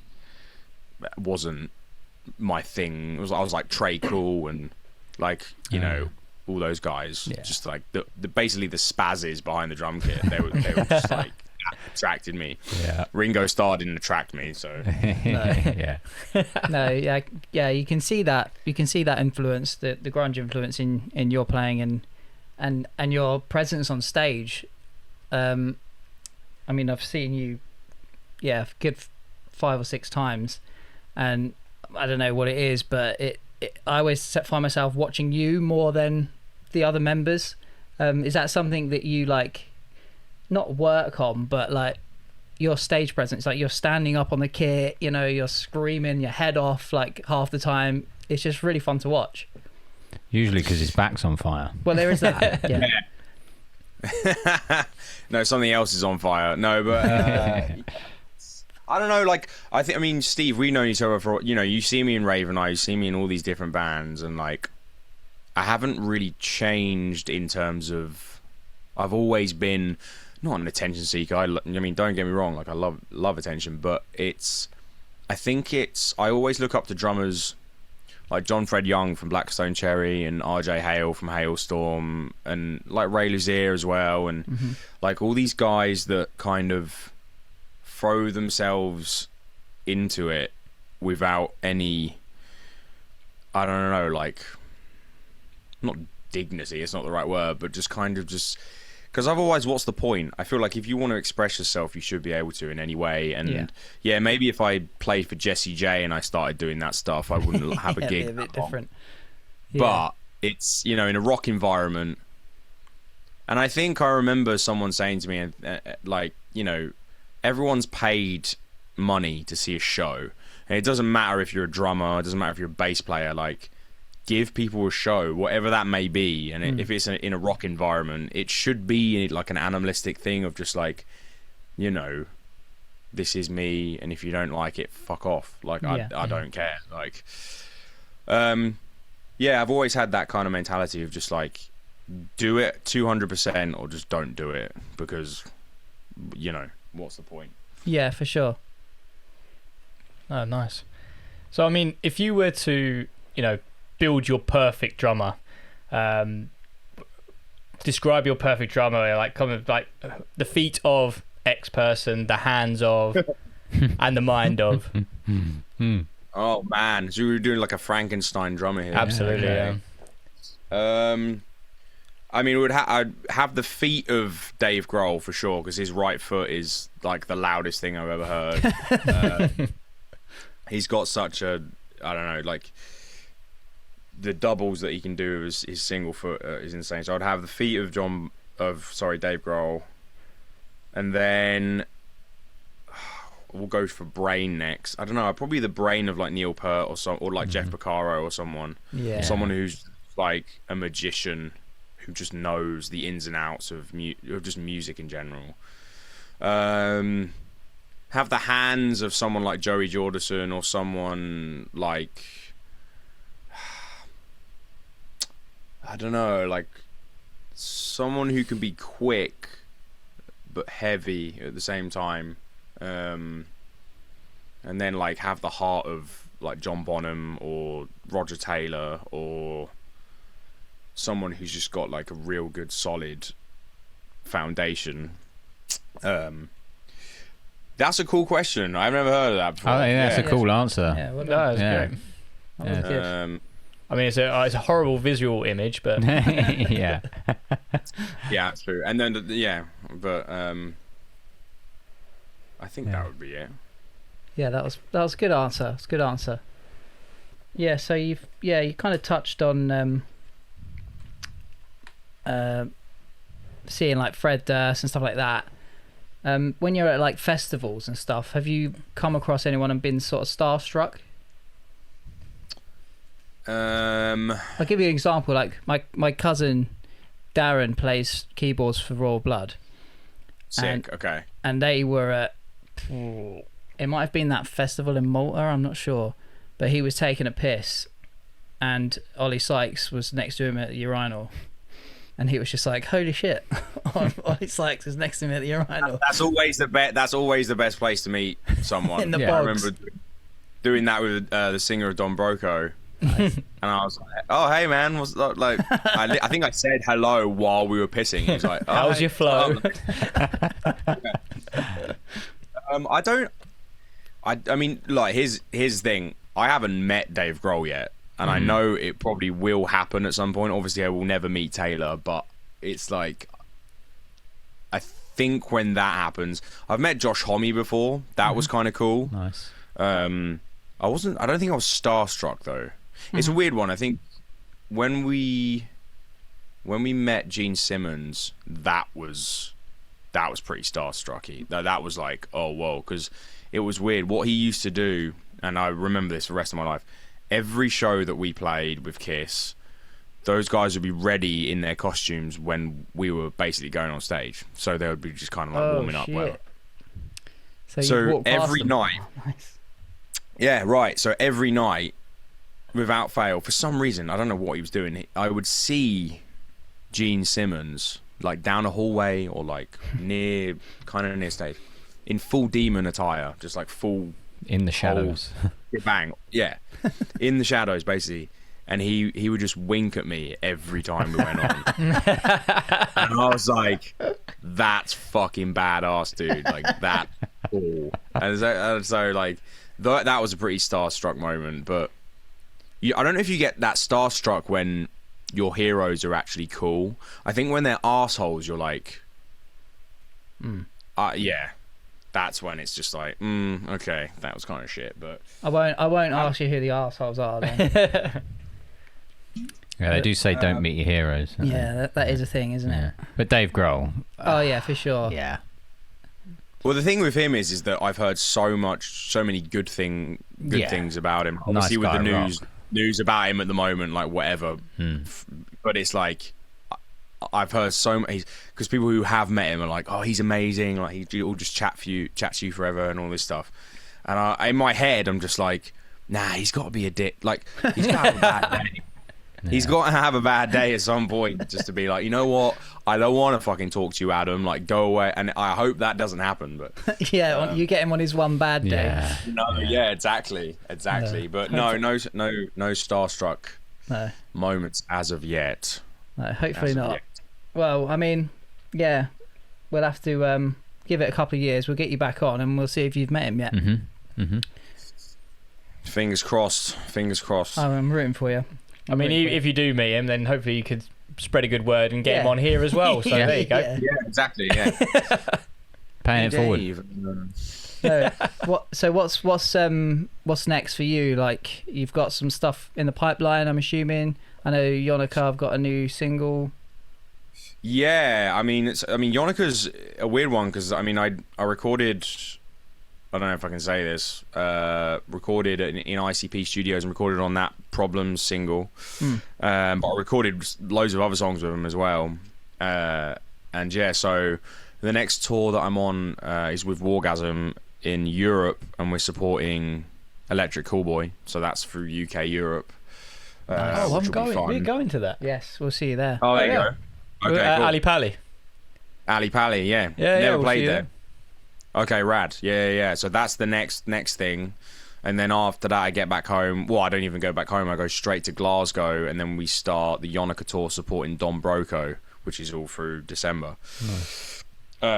Busy. And then next year, go home for Christmas, and then next year is more Wargasm stuff, and then pretty much all Yonica stuff. So kind of not a new chapter, but I've been with Wargasm as a session guy for like 3.5 years now, and I love the band, love the music, but it's cool. With Raven Eye, it was like my baby and our baby, and it was, you just kind of stick at that all the time. But when that kind of fizzled out, I just said to myself, I just want to play. I don't care who it's with. I don't, so long as I'm getting inspired by it and I'm happy, then all is good. So yeah, just having my fingers in all the pies. Yeah. No, that's good, man. That's good. I was going to ask you, Paper Mill's still a thing, because we had Ben on. Oh, I wish, bro. No, nothing doing. I wish. I mean Ben, for people who don't know, it was Ben from Lower Than Atlantis. It was his band, and we wrote some tunes in the studio, and he like lives by me. But yeah, no, he's got a baby now, and he's doing his own thing. So he's just chilling. Those were cool tunes. I really enjoyed that band. That was really fun. But it just kind of got to a point where everyone was just like, unless we're going to take this really seriously, there's just no point. That was fun. Yeah, we had Ben on last season. We released that one. Yeah, we did. Yeah, we had Ben on last season for a chat, and he was saying, but that was 2021. Yeah. Oh wow. So that was when Paper Mill was actually happening. Wow. Yeah. There you go. So yeah, since then, it's gone a bit quiet on the Paper Mill front, unfortunately. Yeah, but fair enough. It's tough. It happens, man. Yeah. Life happens. I was gonna say, life gets in the way. Yeah, you know it. Yeah. Right. Well, unless there's anything else from you guys. All good. I think that was awesome. Thank you so much. Very much. Thank you. Of course, lads. Thanks for having me. We've got 2 minutes. Yeah, 2 minutes. Tyre. Go and play some drums for us. Yeah, well, plug what you want to plug, if anything. It's open. I mean, mic. I can't play drums right now because I'll probably be evicted. But I don't know. Yeah, nothing really to plug. Obviously, like if you want to follow me on socials, it's A Drummer Breeze everywhere, basically. But nice. Instagram, TikTok, all that fun stuff. And yeah, like obviously Wargasm shows, Yonica shows. I'm going to see you guys in Ali Pali, but come see a show and say hi and all that. All that jazz, basically, Smashed it. Nice one. Thank you very much. Thanks a lot, dude. Cool. All right, gents. We'll have a lovely evening. You too, man. We'll see you soon. Yeah. Well, he was a lovely guy, wasn't he? Nice guy. What a great guy. Yeah. Really I like Adam. I really got a lot of time for him. Yeah, a big Taylor fan as well. Big Taylor fan. A lot of time for that. I mean, he's stepped up from you. He's got the tattoo. Where's your? No, don't give me. There's a tiny bird in there. Yeah, but you didn't get the bird though. No, that's like because I've noticed that's the That's his snare. But that's the kind of Hawk. like the trademark, isn't it? Where Rufus Taylor has it. He's got the hawk, and I've now seen Adam's got the hawk. You don't have the hawk. No wonder you're not the number one drummer in the world. If you And get Adam that, is. you might make it higher up my list. Yeah. Or I just get some sticks with good luck written on them. And that, yeah. I can't believe that. That was crazy. That was good. That was a good story. Yeah. I mean, I genuinely think we could have him on every week and he'd have a new story. Yeah, for sure. Yeah, but he's such a cool guy. He's been so many places, toured with so many bands, just and still young as well. Like you wouldn't actually believe how young he's. Younger than all of us. Yeah. And he's just absolutely smashing it. So he said something about I'd just done my GCSEs. Reading 2012. 2012, and I was like, oh my god, Pretty sure Mum was in there. my 20s. Reading 2012. Yeah. What for? If it was Foo Fighters, you probably would have been there. Yeah. I think that was my second year of download. That was 2012. Yeah. But yeah, I don't want to do the maths of how old he actually is, but yeah, I think I'd done my GCSEs by then. Oh yeah. I think. Yeah. Not I good think with he's. dates. I think he's. He's a good 3 or 4 years younger than you. Yeah. Maybe more. grim. Interesting with the Ludwig choice as well. That did catch me off guard. Yeah. Obviously, it was Mapex, wasn't it? Before He said Mapex. I saw him as maybe a Gretsch guy. Really? Mm. What? Because of rock? Foos. Foos, Yeah. Taylor, yeah. But yeah, fair enough. Fair play to him. But no, really nice guy. Thanks, Steve. Very good. Well done. Good shout. Well, I might go if I may. Yes. You may go. Yeah, I'll see you in a bit. See you, everyone. Thanks for coming. Have a wonderful time. Everyone the same. So, this week, I wanted to talk about The Drop. Okay. The Drop. Not the television show with McCall. What's that? Davina McCall. Davina McCall. Million Pound Drop. Yeah. It's a Um, great show. I mean, there is a great version of that on. Where can you watch that though? Wow, this is half the Exactly, problem. I've got to just download it all. Yeah. Every episode. No, I mean, The Drop was something that came to my mind just because of listening to music. Mm-hmm. And I was thinking about, like if people don't know, I'm quite like an EDM fan. I quite like pop music. I quite like heavy metal and rock. Mm-hmm. I quite like a bit of rap as well. I'm partial You're an to it. all-rounder. Yeah, I'll No say I'm shame in that. all-rounder. I'm I'd an agree. all-rounder. Yeah. And I was thinking about The Drop being in so many genres and what that kind of really meant. And I looked it up. So the actual definition of the drop or a beat drop in music is made popular by EDM. And we'll go on to that because I don't think it was. Styles is a point in the music track where a sudden change of rhythm or bass line occurs, which is preceded by a build-up section and break. So when I started to think about the drop and being like the big moments in the song, famous songs came to mind. And think of I'm not a quiz, but think of your favorite Favorite drop. not your favorite drop, but if you think of drop, I think of this song. I've got 3 here, so I'll give you 10 seconds, and by the time I've stopped talking about or saying this sentence, hopefully you've got some songs. But I have 3 songs, and one's probably a little bit left field. But my first song was Darude Sandstorm. Yeah. Da, da, da, da, da, da. And it's just dun, dun, dun, dun, and it just builds up to and then fits the EDM level. Of course. Insomnia, Faithless. Mm-hmm. That's a ridiculous song. Mm-hmm. 2, it's a 3-minute 30 song. It doesn't drop until 2 minutes 20. Mm-hmm. It just keeps going and going, and then that is like the definition of edging. Do you know that one? Yeah. That's not what I know.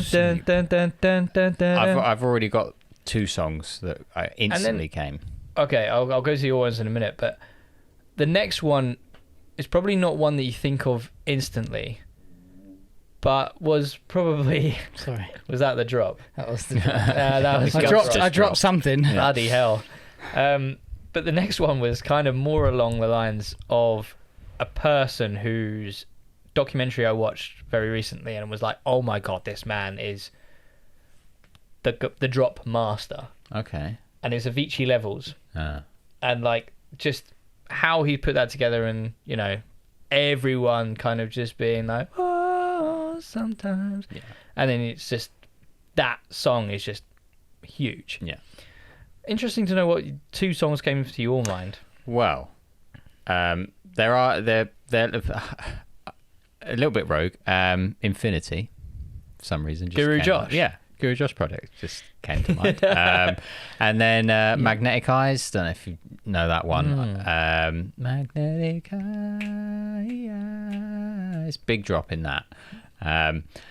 It's a really good topic because I don't want to interject. Did you look up as in why they're so important, or why is that where you were going? Because I've got my own thought on that. But Go for it, because there was some more, but I reckon you go for it. Well,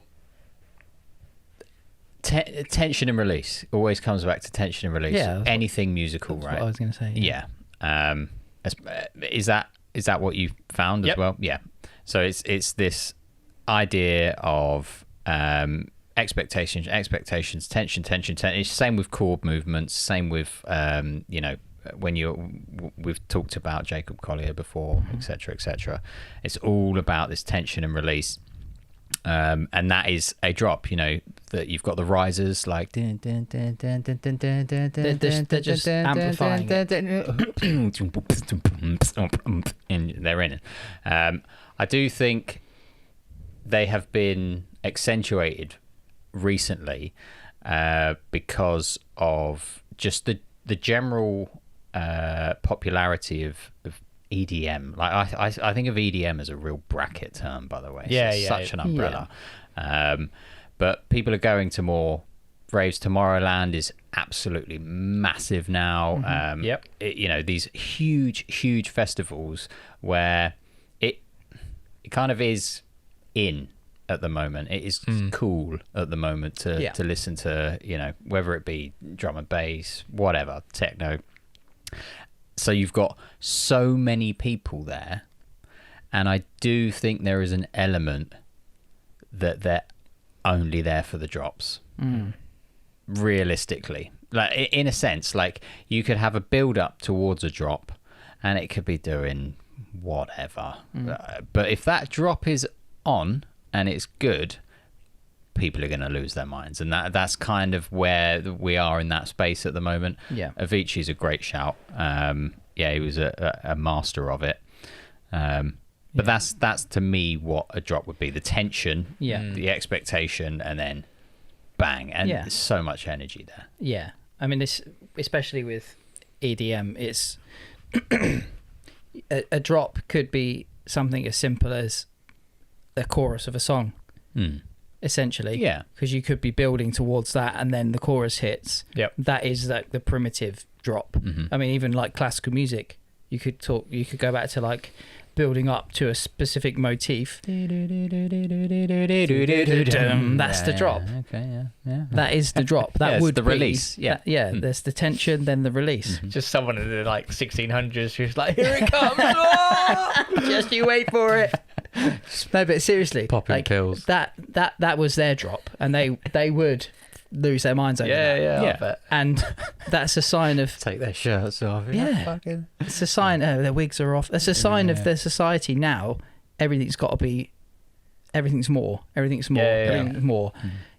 And you go to an EDM show, you go to a drum and bass show, and they've got all the fucking visuals up, and everything's just overload, and it's like building up, and then the drop. Lose your mind. And that's it. You lose your mind, and it's taken to the next level now. All of that. And it does work well with drugs and alcohol.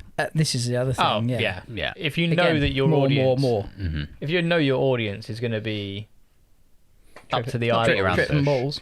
Up to your eyeballs, then you're like, oh, this is what they want.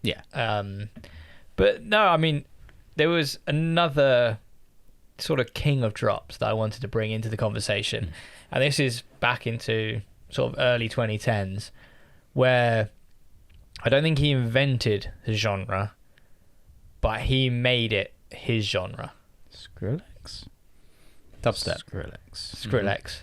So when you think of all of his you know, Scary Monsters and Nice Sprites. That EP, you know, you had the Cup Girl, the dun, dun, dun, dun, oh my god, just straight into Jesus. Lose Your Eyebrows. There was the call 911 now, like into anything, Bangarang, and he was just a master of bringing it in. And what he did, because I don't know if many people know this, but he was a screamo. Yeah. Like listen to Emily. It's one of my favorite songs. Hair, emo, just oh my god, it's tragic, but I love it. What's he called? Not Falling in Reverse. It's called. It's First to Last. Oh, okay. From First to Last. I would never have got that. They were. Oh man, tragic. So yeah, go check out Emily by First to Last. But he then stepped away from emo, screamo stuff and just went into creating stuff with his laptop, and fuck me, did he take that by storm. What not annoyed me, what I found interesting about dubstep is its birth and death. I've never seen a genre do so that. Quickly, Because I remember when it first, I was sixth form and Skrillex came out, all these big dubstep tunes started coming in. And I remember going up to Nottingham University and we'd be listening to Skrillex on the way and going out to the clubs there. And everyone there was like, oh, fuck dubstep. Oh, no, I can't. Oh, I can't stand dubstep. And I wasn't on that train yet. And I was like, well, what's everyone got against dubstep? It's this wicked new genre, right? And then, lo and behold, 2-3 years later, maybe, like, it just... Died a death, yeah. But Skrillex was definitely a drop god on that one, yeah. But then it goes even further. So the death of dubstep, and he went into production, and he has been kind of made the king of. I don't know if you've heard of this, but it's called pop drop. Pop drop, okay. So in the mid 2010s, he started producing, and he produced an album, which you know very well. Any guesses? I know very well. 2010, mid 2010s. Mid 2010s. Think of vocal chops. Were used heavily on this drop. Not Bieber. Was it? Bieber. Yeah. So that the makes album, I sense. believe, was Purpose, I want to say. Yeah. Is that the one with Sorry on it? Yeah. Right. So him and Diplo did a co-production on it. And Jesus Christ, when you listen to that album, so Where Are You Now, you know, it's like, and that's the thing. So he was building up in the chorus. It was a sort of like, where are you now when I need you, and then it just goes into a drop, and then suddenly drops became into the mainstream pop scene, and Sorry as well. So the vocal chops on Sorry there, and that was all great album, by the way. Fantastically produced album. And that was Diplo and Skrillex just taking something which was. And now you say it, it's like, obviously, yeah. And when you take something as basic as Bieber, you know, going from, you know, baby, and he had the fan base, but suddenly you give them something extra, which was, we're going to build you up to post-chorus, and boom, you're away. And it was just really interesting to see that, you know, that kind of pop drop became a massive thing with Calvin Harris came in with, you know, he was just getting Rihanna, We Found Love. So that became a pop song with a major artist at the time, and became the pop drop. And there was some it evolved pop. Coldplay. Realistic. Fucking Coldplay. Yeah. So you remember fucking Yellow and all these sad songs. Yeah. And then out of nowhere they did Every Teardrop Is a Waterfall. Dun, dun, dun, dun, dun, dun, dun, dun. It was suddenly a dance song, and they had this insane drop into that. I think I did check it. He wasn't credited, but from what I gathered from the documentary, he worked with Avicii on that song. Right. He sent it over to Avicii to sort of play with a little bit. That's the Avicii. You would though, wouldn't you? You know, what is selling right now? What is in right now? Let's And everyone went, collab. Yeah. can we Get a slice of the pie. EDM it up? 100%. But then I started to think about it a little bit more. And I started to think of, well, is, pop and EDM, because, I guess EDM got popular at the time. But is that the reason, or are they the only songs which had drops? And was drops created by EDM? And I don't think it was. Well, going by Steve's Fur Release example. Well, no. And I started to look into sort of, and this wasn't research, this was just more in the back of my head of what, gets me amped. Like thinking of like old songs and what kind of goes off and builds up to something. And I was like, In the Air Tonight, Phil Collins. Yeah, okay. So you kind of got nothing, and then suddenly it's you and me, boom, boom, boom, boom, boom, boom, and suddenly you've got a bit of a change, and that's a drop. Could be a drop. Yeah. Enter Sandman, Metallica. Because you sort of doom, doom, doom, doom, doom, doom, doom, doom. Sorry, Lars, don't copyright strike me. I know you hate it. What she's like. And then into full band, fucking pyro. Well, metal songs, surely, right? Well, then I was like, breakdowns. what's the difference between a drop and a breakdown? Because a drop is, from the definition I found, was a change in rhythm and bass line occurs. I would say. Sorry, reread your example. So is this Oxford Dictionary or anything like that? On Wikipedia. Yeah. I'm guessing so. So a beat or a drop or a beat drop in music is made popular by EDM, disputed, is a point in the music track where sudden change of rhythm or bass line occurs, which is preceded by a build-up section and break. But I would say that's a breakdown. It's a breakdown, yeah. So because you would Build up. like, A Day to Remember comes to mind. The digga digga dum dum dum digga digga dum, like disrespect your surroundings. Yeah. Like that's a drop because Yeah. it's a change in the rhythm. It's a change in the adding of the bass. So breakdown and a beat would be a drop, I would say. Yeah, man.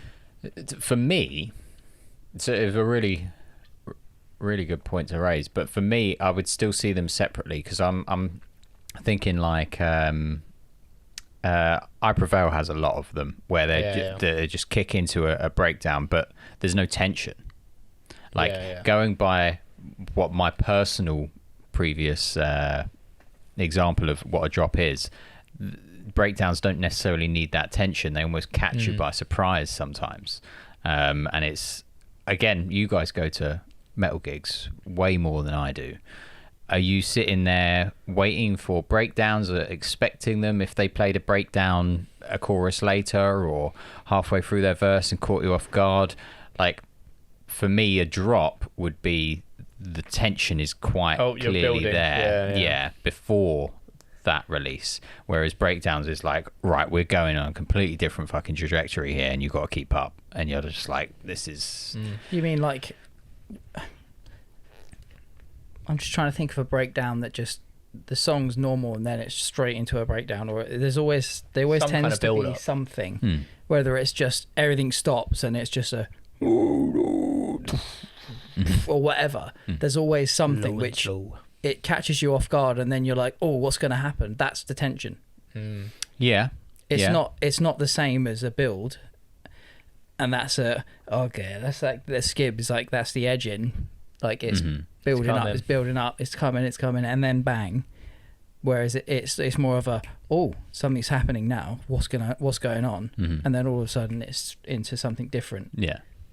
That is tension in my eyes as well. Yeah, but I guess we're getting into definitions and semantics maybe. But you think of like a classic metal song or rock song where like the intro guitar is the riff, but it's all the bass has been cut out. It's just a treble riff, and then that riff goes straight back into that same riff, but everything's in. So like Enter Sandman. Yeah, exactly. Is that a I would say that's a drop. Yeah, it's interesting. It is interesting. I would say it's a drop because it's like it's an explosion of, and using that as an example, listening to Enter Sandman, you like the slow, like not slow, it's same tempo, but the kind of doom doom doom doom doom. It is building because you're like, oh, something's happening, and then the drums come in, And you're like, Yeah. okay, something's happening. Mm. All right, and then dun dun dun dun dun, and there's your build. Yeah. You're going up, boom. Yeah. No, really interesting correlation. Yeah. Something I'd probably be thinking about tonight now. Yeah. The only one that I was, the only one I haven't added, which I was thinking that has a really sick drop, was "I Will Always Love You" by Whitney Houston. Because everyone gets the timing fucking wrong. Because how great is that edging of like, and that kind of like, wow. Is that a drop? That's got to be a drop. That's a drop. Surely. Drop for you?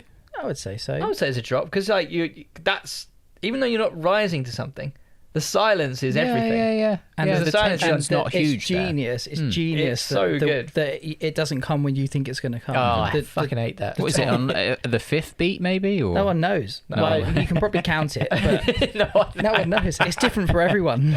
They've actually researched it at Harvard and no one knows. It's actually Like, what the fuck? inconclusive. Yeah. no. There's because I don't know. I don't know when it comes. I think it is. I want to say it's on a half. You'd have to put it so to a click. awkward. Yeah. We could do that. Yeah. Well, ask it on a postcard, please, if you know. Yeah. So that's a drop for you as well.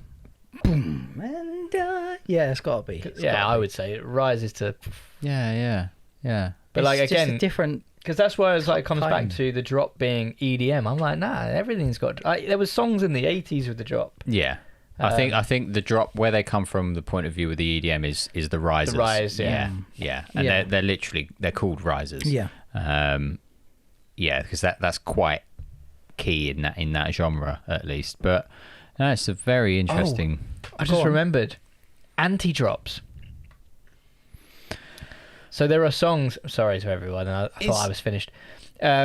Everybody skipped past this moment for me to be. I was like, finally, stop fucking talking. No, go for it. No, anti-drops. There was I stumbled upon a term of anti-drops, which is basically where you kind of the tempo and the rhythm of the same definition just doesn't come. So the beat never. So the drop never comes. And an example that was used was Franz Ferdinand. Right. So kind of like, so you start off like, I won't be leaving here. Yeah. With you, dun, dun, dun, dun, dun, dun, dun. It just slows right down, dun, dun, dun, dun, dun, dun, and that's seen as an anti-drop. So you're kind of like starting at you're already up here, and you're like, and then you're like, Yeah. And I was like, yeah, it was kind of interesting, and I was trying to find more songs that had an anti-drop, but for some reason it just seems to be a K-pop thing at the moment. When you said anti-drop, I kind of, my head went to, because this is where I get frustrated with Sleep Token. Nothing fucking happens. It's Absolutely. Is there some room there to maybe say they've got a few anti-drops where you're expecting, maybe that's another trick of theirs where they're giving you that tension but never the release. Yeah. Until later. Yeah, maybe it is a genius move. I don't know. My stance on Sleep Token is, I'm not. I think that's a lot of people's. Yeah, and it wouldn't be a podcast of ours without mentioning Sleep Token. Yeah, but instantly Sleep Token came to my head when you said anti-drop, because it is kind of like, where is this going? When is this going to get into it? Yeah, there are a lot of like little builds. Yeah, and then it drops down to just the bass drum. Yeah. And Is that an anti-drop? I would say so. Yeah. So the other example I had was Temper Trap, Sweet Disposition. Yeah. So it kind of like just stays at the same level and never really goes anywhere. That was kind of a loose one. And then there was also Gorillas. So It's There. Well, wait, is it It's There, he says? It's there. But it's kind of like, build me up, build me up, build me up, it's there. And then it doesn't It's really, not really there, is it? go anywhere. It just goes back down again. So that was kind of seen as like an anti-drop. Do you know the story behind that? It was in the His cans, yeah. They were turning his volume up in the headphones, okay. Recording him. It's coming up. It's coming up. It's there. I didn't and then know they that. used it. Did they we were mention that before? Probably, yeah. Yeah, Sorry. you might have Sorry done. if I'm repeating myself. Yeah. But yeah. Drops, anti-drops, tension release. And the pop drop. And the pop drop, yes. Pop drop, So yeah. next time you're listening to 2010's pop, wait for the drop. Yeah. Nice. Thank you very much, Skibbs. That was great. Yeah, very good, very good. I mean, I have got a sidetracked. If you guys are up for it, DJ, play that track. play that song. It's coming. Sidetrack. The song, the story, the sound. We break it down. He's not any happier. It won't ever get happier. I'd love to see your prompt that you used for that. Do you know, Just be like off by a semitone. yeah. Secretly in pain, or yeah. Oh, 6-second jingle, electro pop beat with vocal chop echoing. No, that wasn't my prompt. That was just what it told me it wasn't going to make. Oh, okay. So yes, this week on Sidetracked, has this song got a drop in it? Oh, okay. Do you know what? Is It'd it be Skrillex? very interesting if it does. Oh, so it's a You'll find 2010s pop song. Yeah, Could yeah. be. Pop drop. But it's not a pop drop. Pop drop. We'll see if I can Skrillex. find. We'll see if I can Squirrel find House. a thing. Okay. A drop. So I'll give you 3 clues, as I always do. Your first clue is that this song was recorded in one take, late at night, with no instruments at all. Well, that's EDM then, isn't it? So fucking instruments. Does the song are we allowed to ask questions, or should we just go? I don't know what it is. Do you know what? Actually, if you I'll haven't just got put it. it out there. I reckon it was Justin Bieber. Sorry, because I feel like there is something he about did it do doing one take with Zed. He did, Yeah, didn't yeah, yeah. I don't know if it was Sorry, but Zed was blown away because he. What was the other one? Where are you now? Sorry. What do you mean? What do you mean? That one. That's not. Oh fuck. But does the track itself have instruments in? Or No. soft instruments, software instruments? Any other? Is it a cappella? Is that what we're saying? Kinda. Oh. No, Imogen Heap would arguably. Okay. No. other Arguably what? instruments. She's got a vocoder and a synth in front of her. It's not a synth. It's just Vocoder. affecting her voice. So Is it Imogen is Heap? that what it is? Yeah. Is it? What's Yeah, the you name got of it the on song? the first one? Oh, come on. Hide and Seek. Yeah, well done. There you Very go. good. Wow. All right. Well, I won't even bother Damn. with the other 2. What were the other 2? Out of interest? What the questions? Yeah. Oh, it's one of the most unusual sounding tracks ever become a mainstream hit in the UK, Mm-hmm. Fair enough. and its chorus later found its way into another chart-topping single. Certainly did. So yeah, Imogen Heap, Hide and Seek, Needed a 4th clue there. Right, her name rhymes with Pimogen Beep. and the song rhymes with Slide and Bieber? Cheek. She does a performance where she's got like a choir behind her, Yeah. and they're doing the vocoded. Oh, I need to shit. see It's brilliant. It's brilliant. I need to see that. I mean, Haunting. I picked Yeah. this song because the first season we were talking about the Frisson, Yeah. and this is the song that for me That's your freeze. I can't function when I'm listening to it. It's such a Frisson response. It's so strong, and I get it from the start, and then it carries on, and then it comes in with the. It's just, but that's where I'm thinking, is that a drop there? So we'll get to that. Ooh. I We'll know get to what that. section you're going to talk about if that where the drop is. What you say? It's got to be a drop. Because that's the different part of the song. Like nothing else is like Is that. there a build up though? The whole first part of the song is a build up Yeah, it's a good to the chorus. 2-3 minutes Yeah. maybe before she gets Before she gets to that bit. What you say? And that's the bit that was sampled. I've been so wrong. Yeah, so long. Yeah, Well, that was Matey Boy, Derulo, wasn't it? I think that was his first. That was his breakout track. I think. Oh, was it? Yeah. Oh, fair. Yeah. What you say? 2009. Oh my god, I'm so old. I remember being in the club when that was playing. Oh my god. Good times. Really good times. Big but- up R.I.P. Jukes in Oh, Chelmsford. what a place. Never went. £16. What a Never place. £16 entry, free drinks all night. You got your tokens, Jeez. didn't you? Drink tokens. Oh wait, was that there? Yeah. Yeah, That was they cheap. changed it Tokens. because everyone kept taking the piss of the free drinks. Yeah. So Was you it had, under like- 18s night or No. no? No. Drink tokens. Yeah, but you had Club. because they did free drinks all night, and then apparently it didn't meet some kind of Regulation. regulations that they then had to give you like Jukes dollars So when you walked in, you got like Sounds like 20 a Dukes casino. dollars. Yeah, Yeah, yeah. And then you had to like give him like a dollar for a drink. So you got like 20 drinks. Oh, fair. Well, yeah. I mean, Derulo, not that it matters, but he went to number 2 in the UK charts, and he hit number 1 in Billboard Hot 100. So he did a write off of her. Didn't song. make the list though all time. No. Or he might have done. I just didn't look. No. I'll go. Yeah, we'll talk a little bit about that just briefly later on. But yeah. I'm looking forward to hearing about this. I mean, it's up to. I don't know what will happen if. All right. So how did you do it in one take then? Well, it's not one take. It's almost one take. Right. I assume that 90% of the song was recorded in one take, which is her just experimenting, because that's all it is.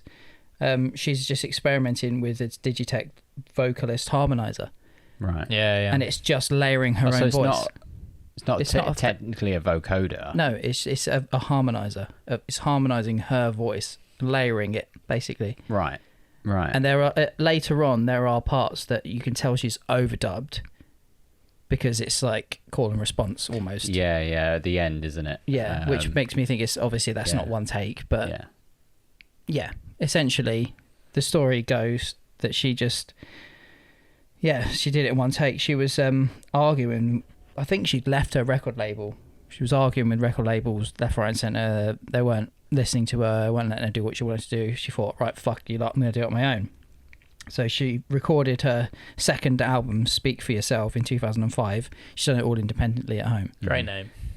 Yes, Speak For Yourself, there you go. Yeah. And yeah, one night she just ended up layering her voice, and what came out was Hide and Seek. I mean, Wow.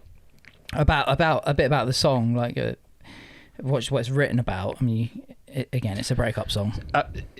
I have to say, about a week ago, Go on. me and Kira watched 3 renditions of her performing this. Yeah. Hence why I knew about the choir. There's one where she's on an American radio station. Nice. And I was trying to understand what the lyrics actually meant. Mm-hmm. And I don't think I actually came up to a conclusion. So No, I think where she was experimenting, she was also experimenting with ideas and thoughts in her head along the way.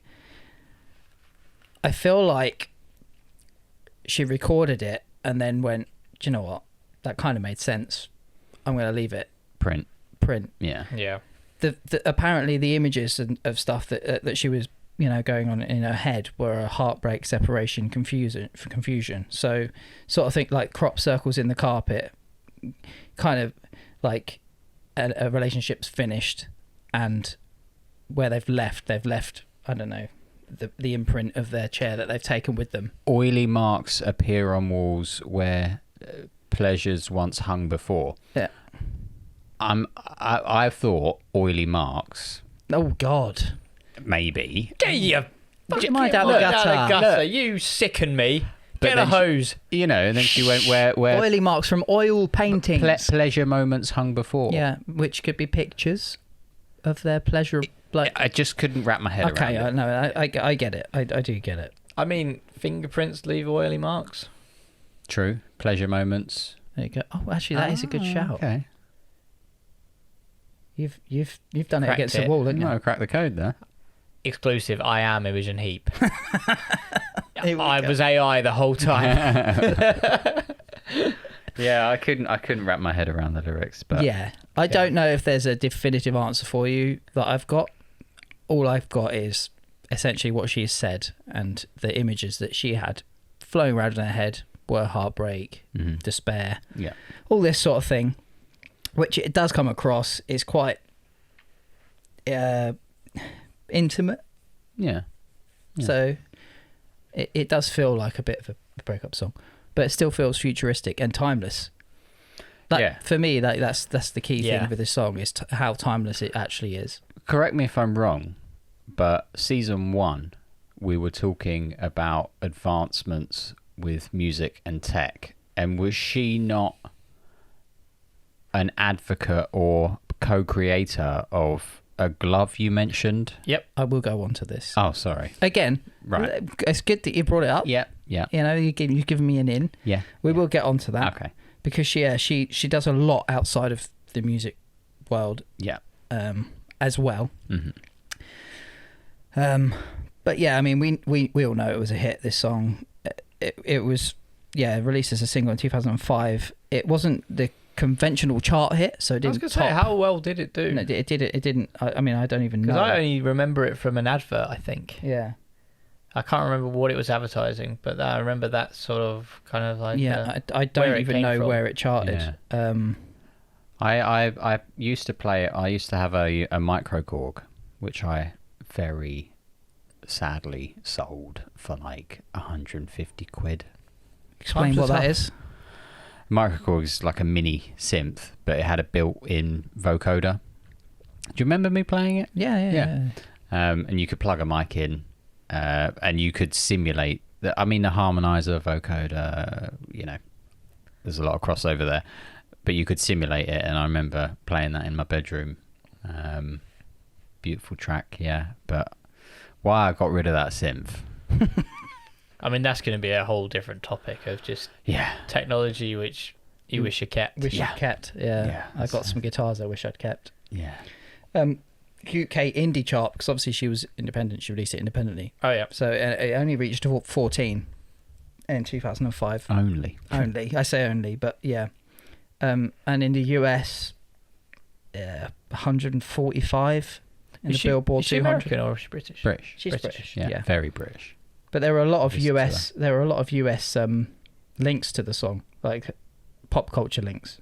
Like, I don't know if you ever watched the OC. No. Someone watching will have watched this, and there's a shooting scene. Apparently, I had to look it up because I'd never seen it. And someone shoots a guy who's beating up another guy to save him or something. And apparently that was memeable, so lots of people in the US know about it from that. We just need to get a meme. Like, if we can land a meme, we're sorted. Yeah. We'll be done. What was the other one in the US? Oh, apart from obviously Derulo, Jason Derulo. That was a big song, though. To be fair, yeah, huge. Yeah. Oh, there was a Saturday Night Live sketch with the Lonely Island guys and some other actors. They did it to that song as well. But anyway, fair enough. That's by the by. That's America. I didn't really want to include that because we're not in America. Not yet. Yeah. No, I mean literally physically we're not in America. Oh, yet. Yeah. Gibbs is moving. It's just episode 6. We're in Vegas, baby. Made it. It's all self-paid. We're financially crippled. Sell my other synth. Have you got another one? No. Oh. Or buy one to sell it. Yeah.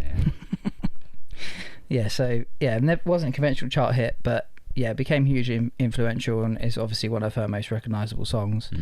DJs and critics praised it, saying it was bold. The fact that it's just vocals, vocal driven. It was a lot set apart from the guitar heavy sort of indie scene. With fans liking its raw honesty and unusual soundscape. That's exactly why I like it. It's unusual. Yet to hear another song. Again, I haven't heard every song available, obviously. But I don't know of another song that touches into that same realm that she was able to touch with that track. Can you explain it? What that realm is that you're talking about? How do you? For me, again, it's a lot of this is down to the eye of the beholder. Yeah, no, but that's what I'm asking you. Yeah.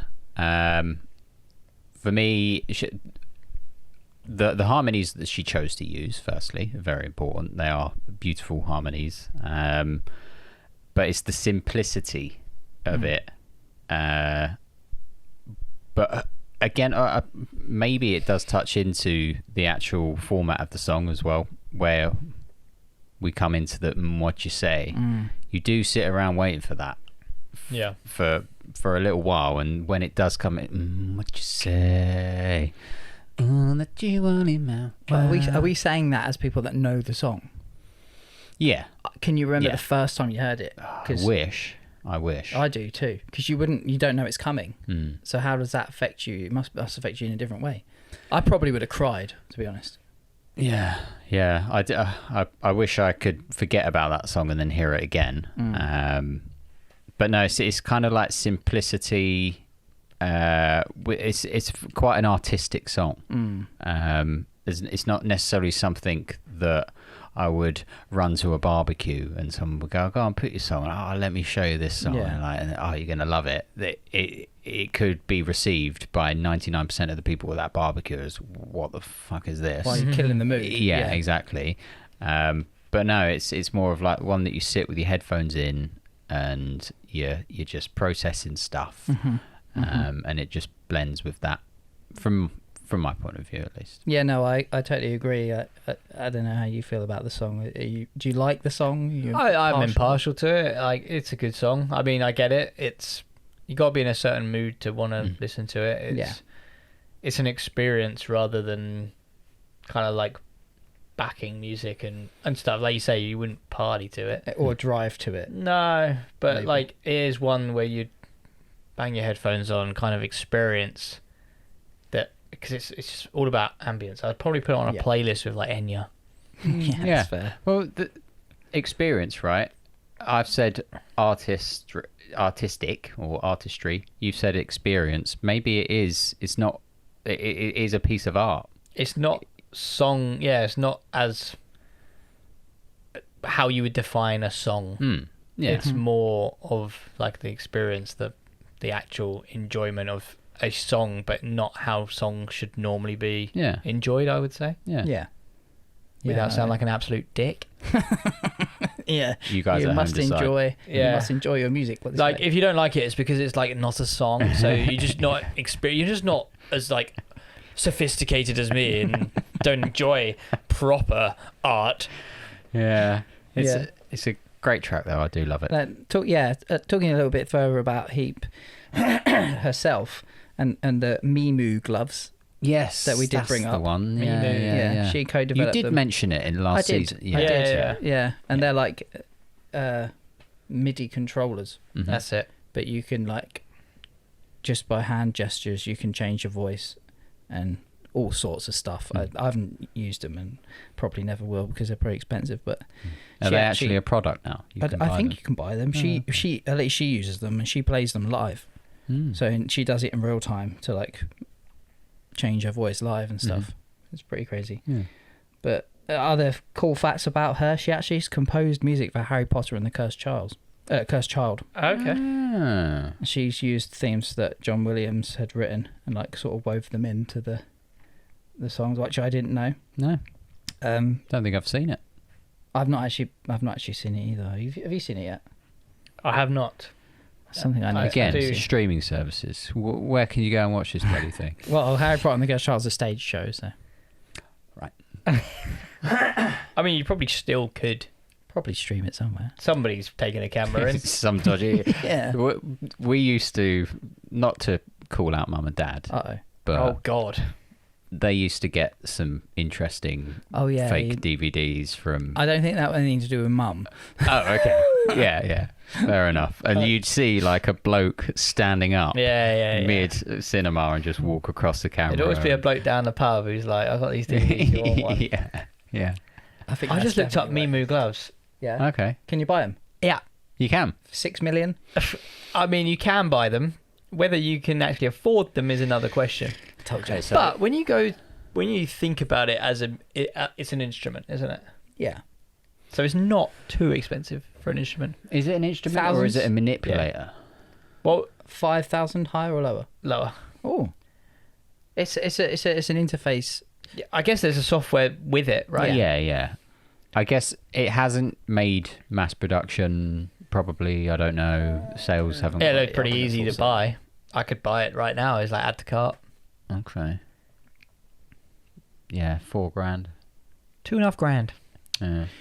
It's just a glove a MIDI with a box on it. 2 gloves or 1 glove? I think it's one. It might just be one. I don't know.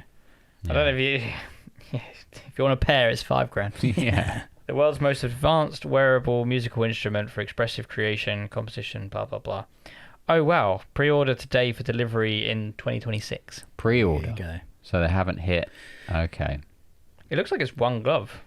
1 glove. Oh no, pair of gloves. pair of gloves. For the to make. And you can get The voice different go sizes. Oh, it's Thank different sizes God. as well. So they're more expensive Big for bigger hands. ones. I've got quite Probably big more. hands. Yeah, very big hands. You know what they say about big hands? Good piano. Need big Mimu Big gloves. Mimu gloves. Oh yeah.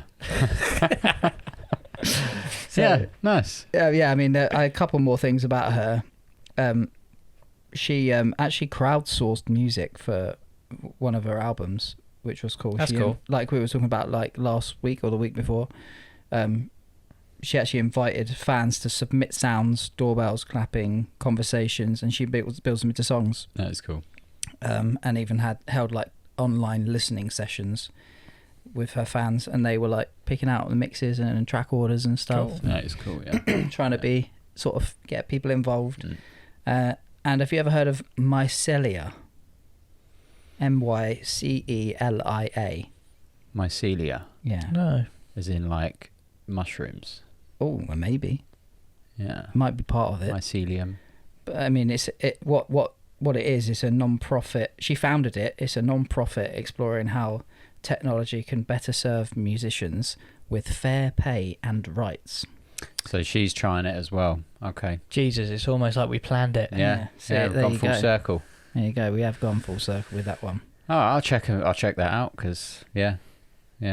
She's very Cool. progressive like that, isn't she? Yes. Yeah. Yeah, she's always for the artist, especially obviously since the record labels was trying to screw her over. Right, But then, like, what you say? That's a beat there. Before it's just free time. Mm. As soon as that comes in, there's a yeah. beat. Yeah. It's a drop for me. It's Yeah. gotta be. There's yeah. I guess that would fall into that definition. If I you're think so. Yeah, I agree.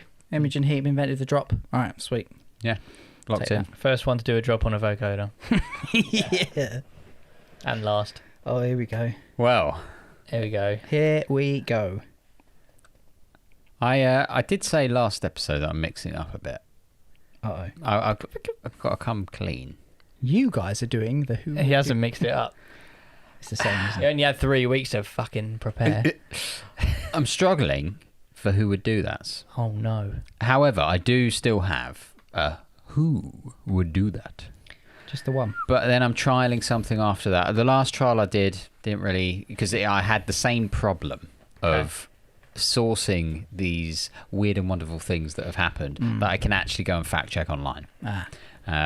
Maybe, the more interviews that we do and the cool stories we can get out, we can help other people do who would do that on For other their podcasts. Oh, that's you really go. kind of you. Paying it forward. And we will sell who would do that kits for them to kickstart. Exactly. Yeah, we franchise it. Yeah, It's a game now. It's a board game. Yeah, Who would do that? Yeah, play it at home. Fun for all the family. It's not a bad idea. Okay. But I'm running out of material for who Okay. would do that. That not to say I haven't done it. Right. We do have one. So who would do that? You've done it. Yeah, it's me. But then I'm trialing something a little bit different. Well, it's very different. Would who that? But I can assure you, I do believe this is novel. Okay. All right. Okay. I maybe stand corrected here. Well, someone will find out and tell you in the comments. I'm sure. It'll be Skibbs. Well, let's get the who would do that because we do. Where's the whiteboard gone? You've hidden it, Steve. That's gone missing. That. Oh, I don't know. Oh, what? Oh, I think Falling down I the remember back. what was It's on it. alright, I think it was it's 3-1 to me. Yeah, something like that. I'll check back the footage. Oh shit! Yeah, it's a camera. Yeah, we're recording all of it. Okay, you ready for the who would do that, and then we can. Do I need my phone? Are we doing that Is it same? just I one? mean, that was. I don't mind. You do that. Who would though? Who would do that? Yeah. Oh, obviously me. Go on then. We'll just do it freehand this time. Freehand. All right, we'll spin through these, and then I'll give you the maybe. What we'll do is we'll say our answers after 3. 1, 2, 3. Yeah. Yeah. Together. All right. Yep, fine. I didn't suspect any foul play anyway, but I did. He always does. yeah, it's because of the scoreboard. Not just the scoreboard. Yeah, mate. right. It's the winks, the subtle looks between the two. It's just everything. Yeah.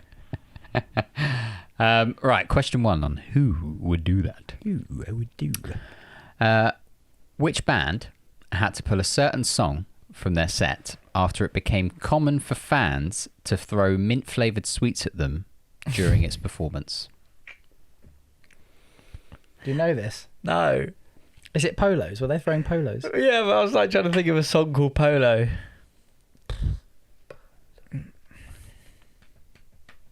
I can give you the options. Go on then. Yeah, hit us. I ain't got any ones before. Was it A, Blink-182, B, Foo Fighters, or C, Red Hot Chili Peppers? Well, I'm guessing you can't tell us the song.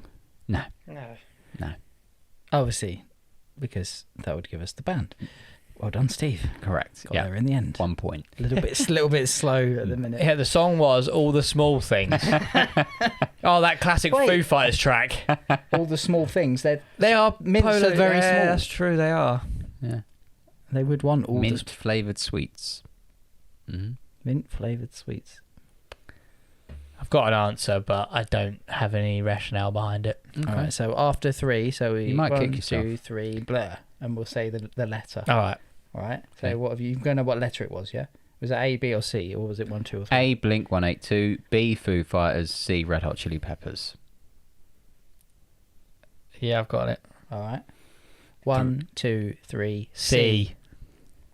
You both went C. Apparently so. Oh, dear. Red Hot Chilies. Yeah. Yeah. Okay. Do you want me to tell you now or wait till the end? Yeah, you can tell us now. Tell us. Yeah, I want to know the mints. All right, add up your score because I'll Remember. write down. It's on the camera. Oh, that's true. It was actually B, Foo Fighters. Now, have you seen Big Me, No. the music video? So I Foo mean, I Fighters must have a lot of parody joke. Yeah. And it's Mentos. They're taking the piss out of the Mentos advert. And they had to pull it from their set because people were coming armed with Man, Mentos. they would hurt as Well, well. because I was thinking, like, Blink-182 wouldn't pull it. They would fucking love it. Red Hot Chilies, I just thought, fuck it. It's weird. Yeah. They've probably got, back in their psychedelic days, they've got a song called The Minty Boys or something. Yeah.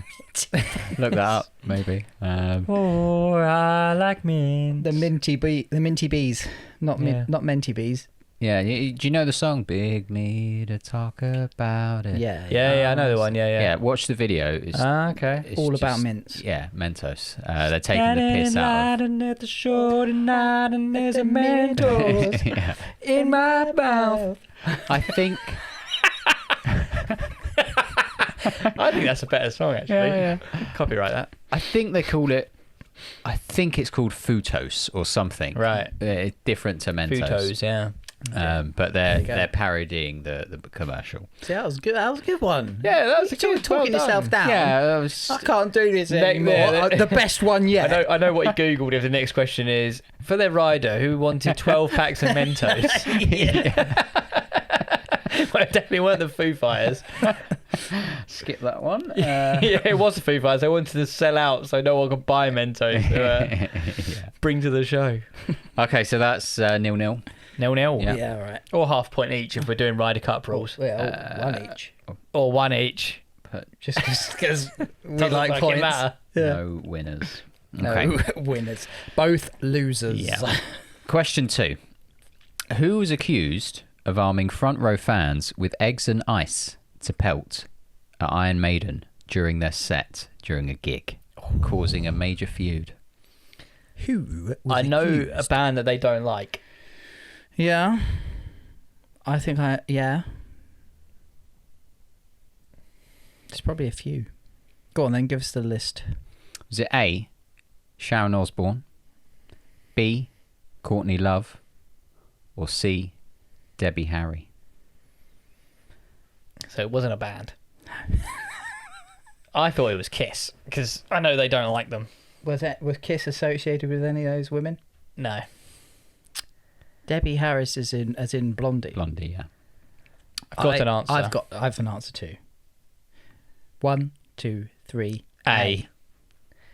Sharon Osbourne. So there's a thing about Ozzy and Iron Maiden. I think Yeah. they refuse to play the Ozzy Because show of as well. Sharon. Yeah. Well, But allegedly. Allegedly. I don't think they actually did refuse, but allegedly they did. I can tell you the answer is Sharon Osbourne. Okay.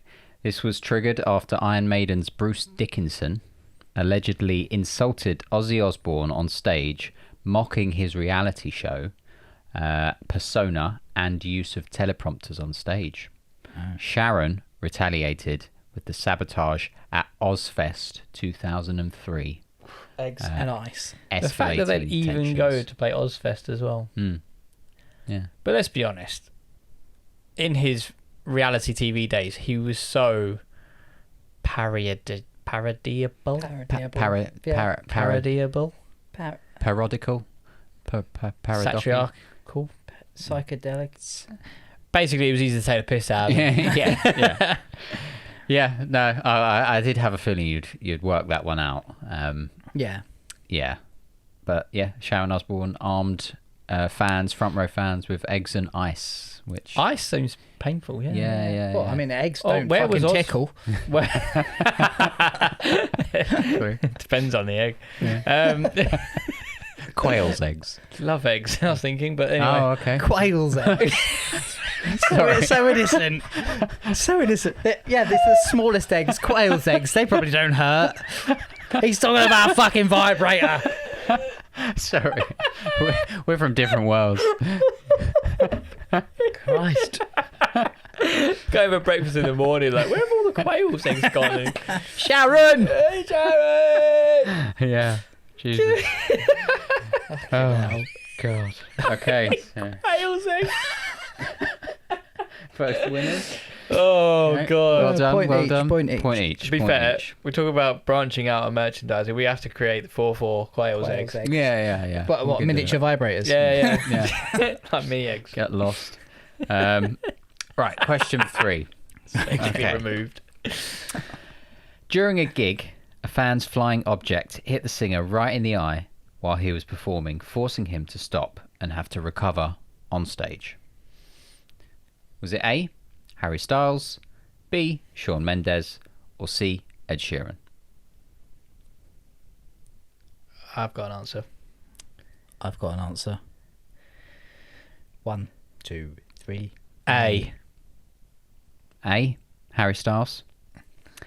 Harry Styles has been reportedly hit by objects thrown from the crowd during his solo tours. One notable incident saw him struck in the eye with a flying item in Vienna, part of a wider trend of fans throwing phones, flowers, and other objects at him.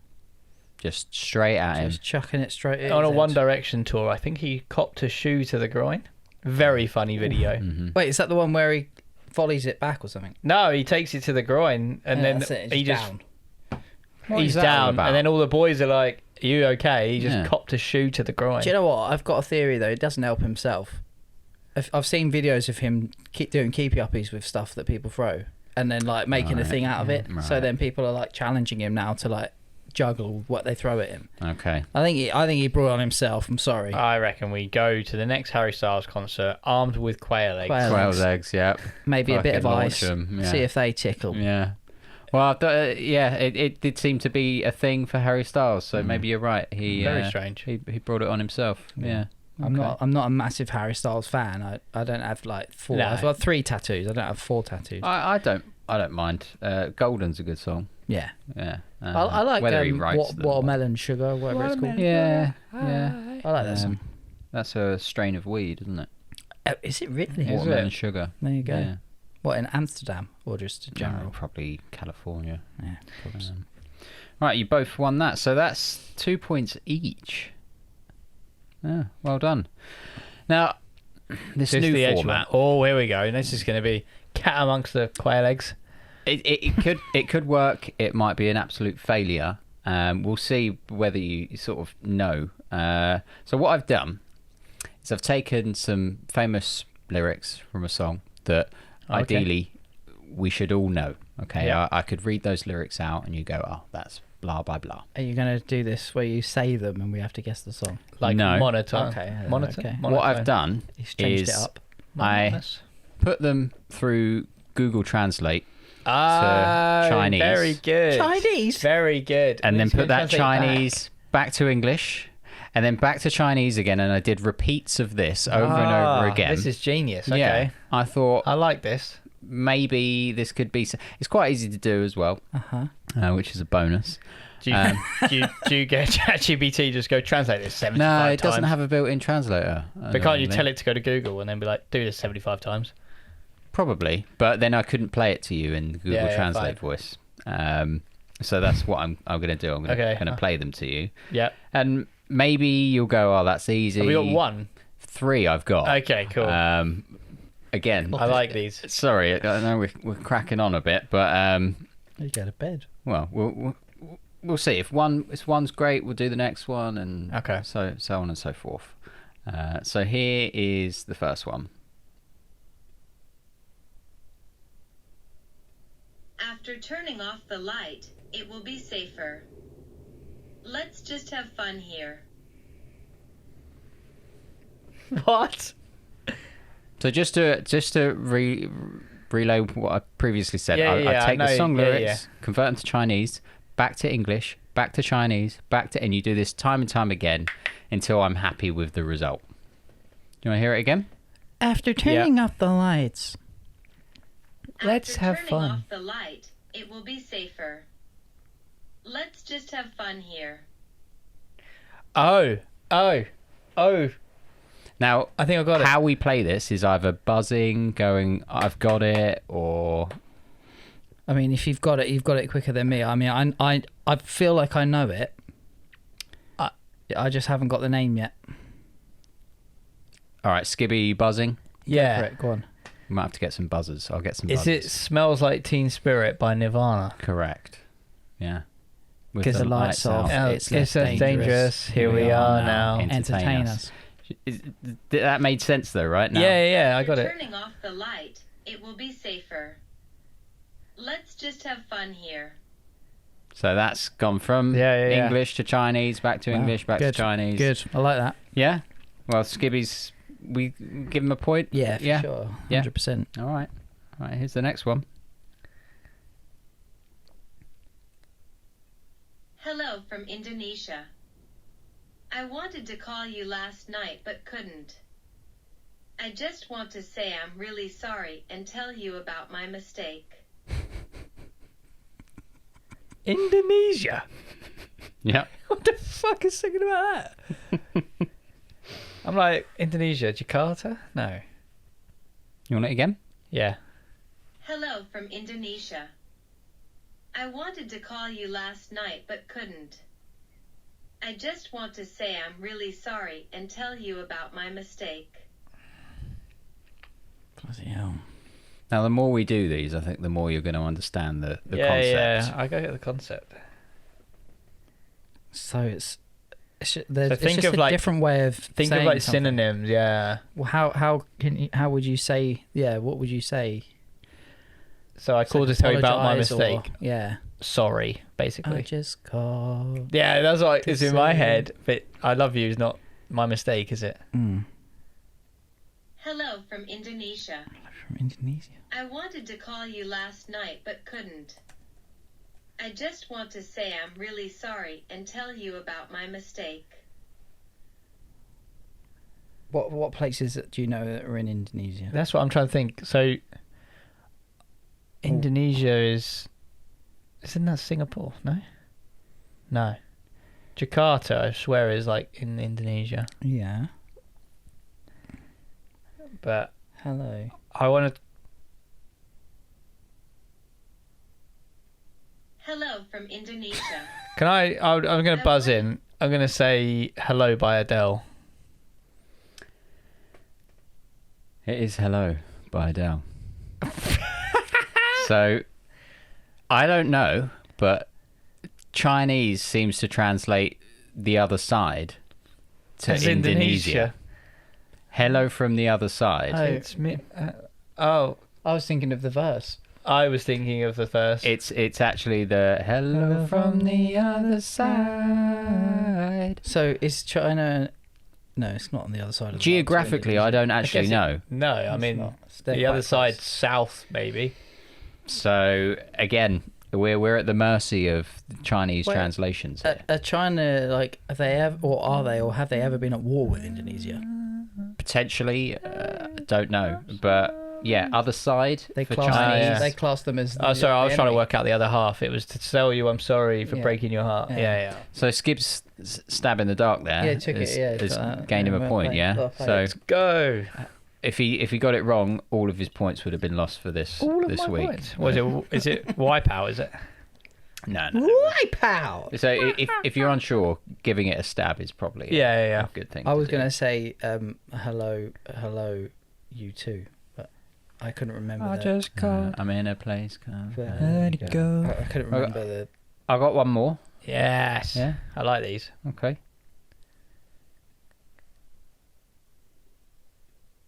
I boarded a huge jet plane to examine my soul.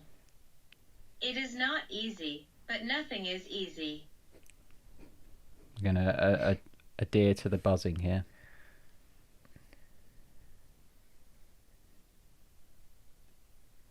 Very good.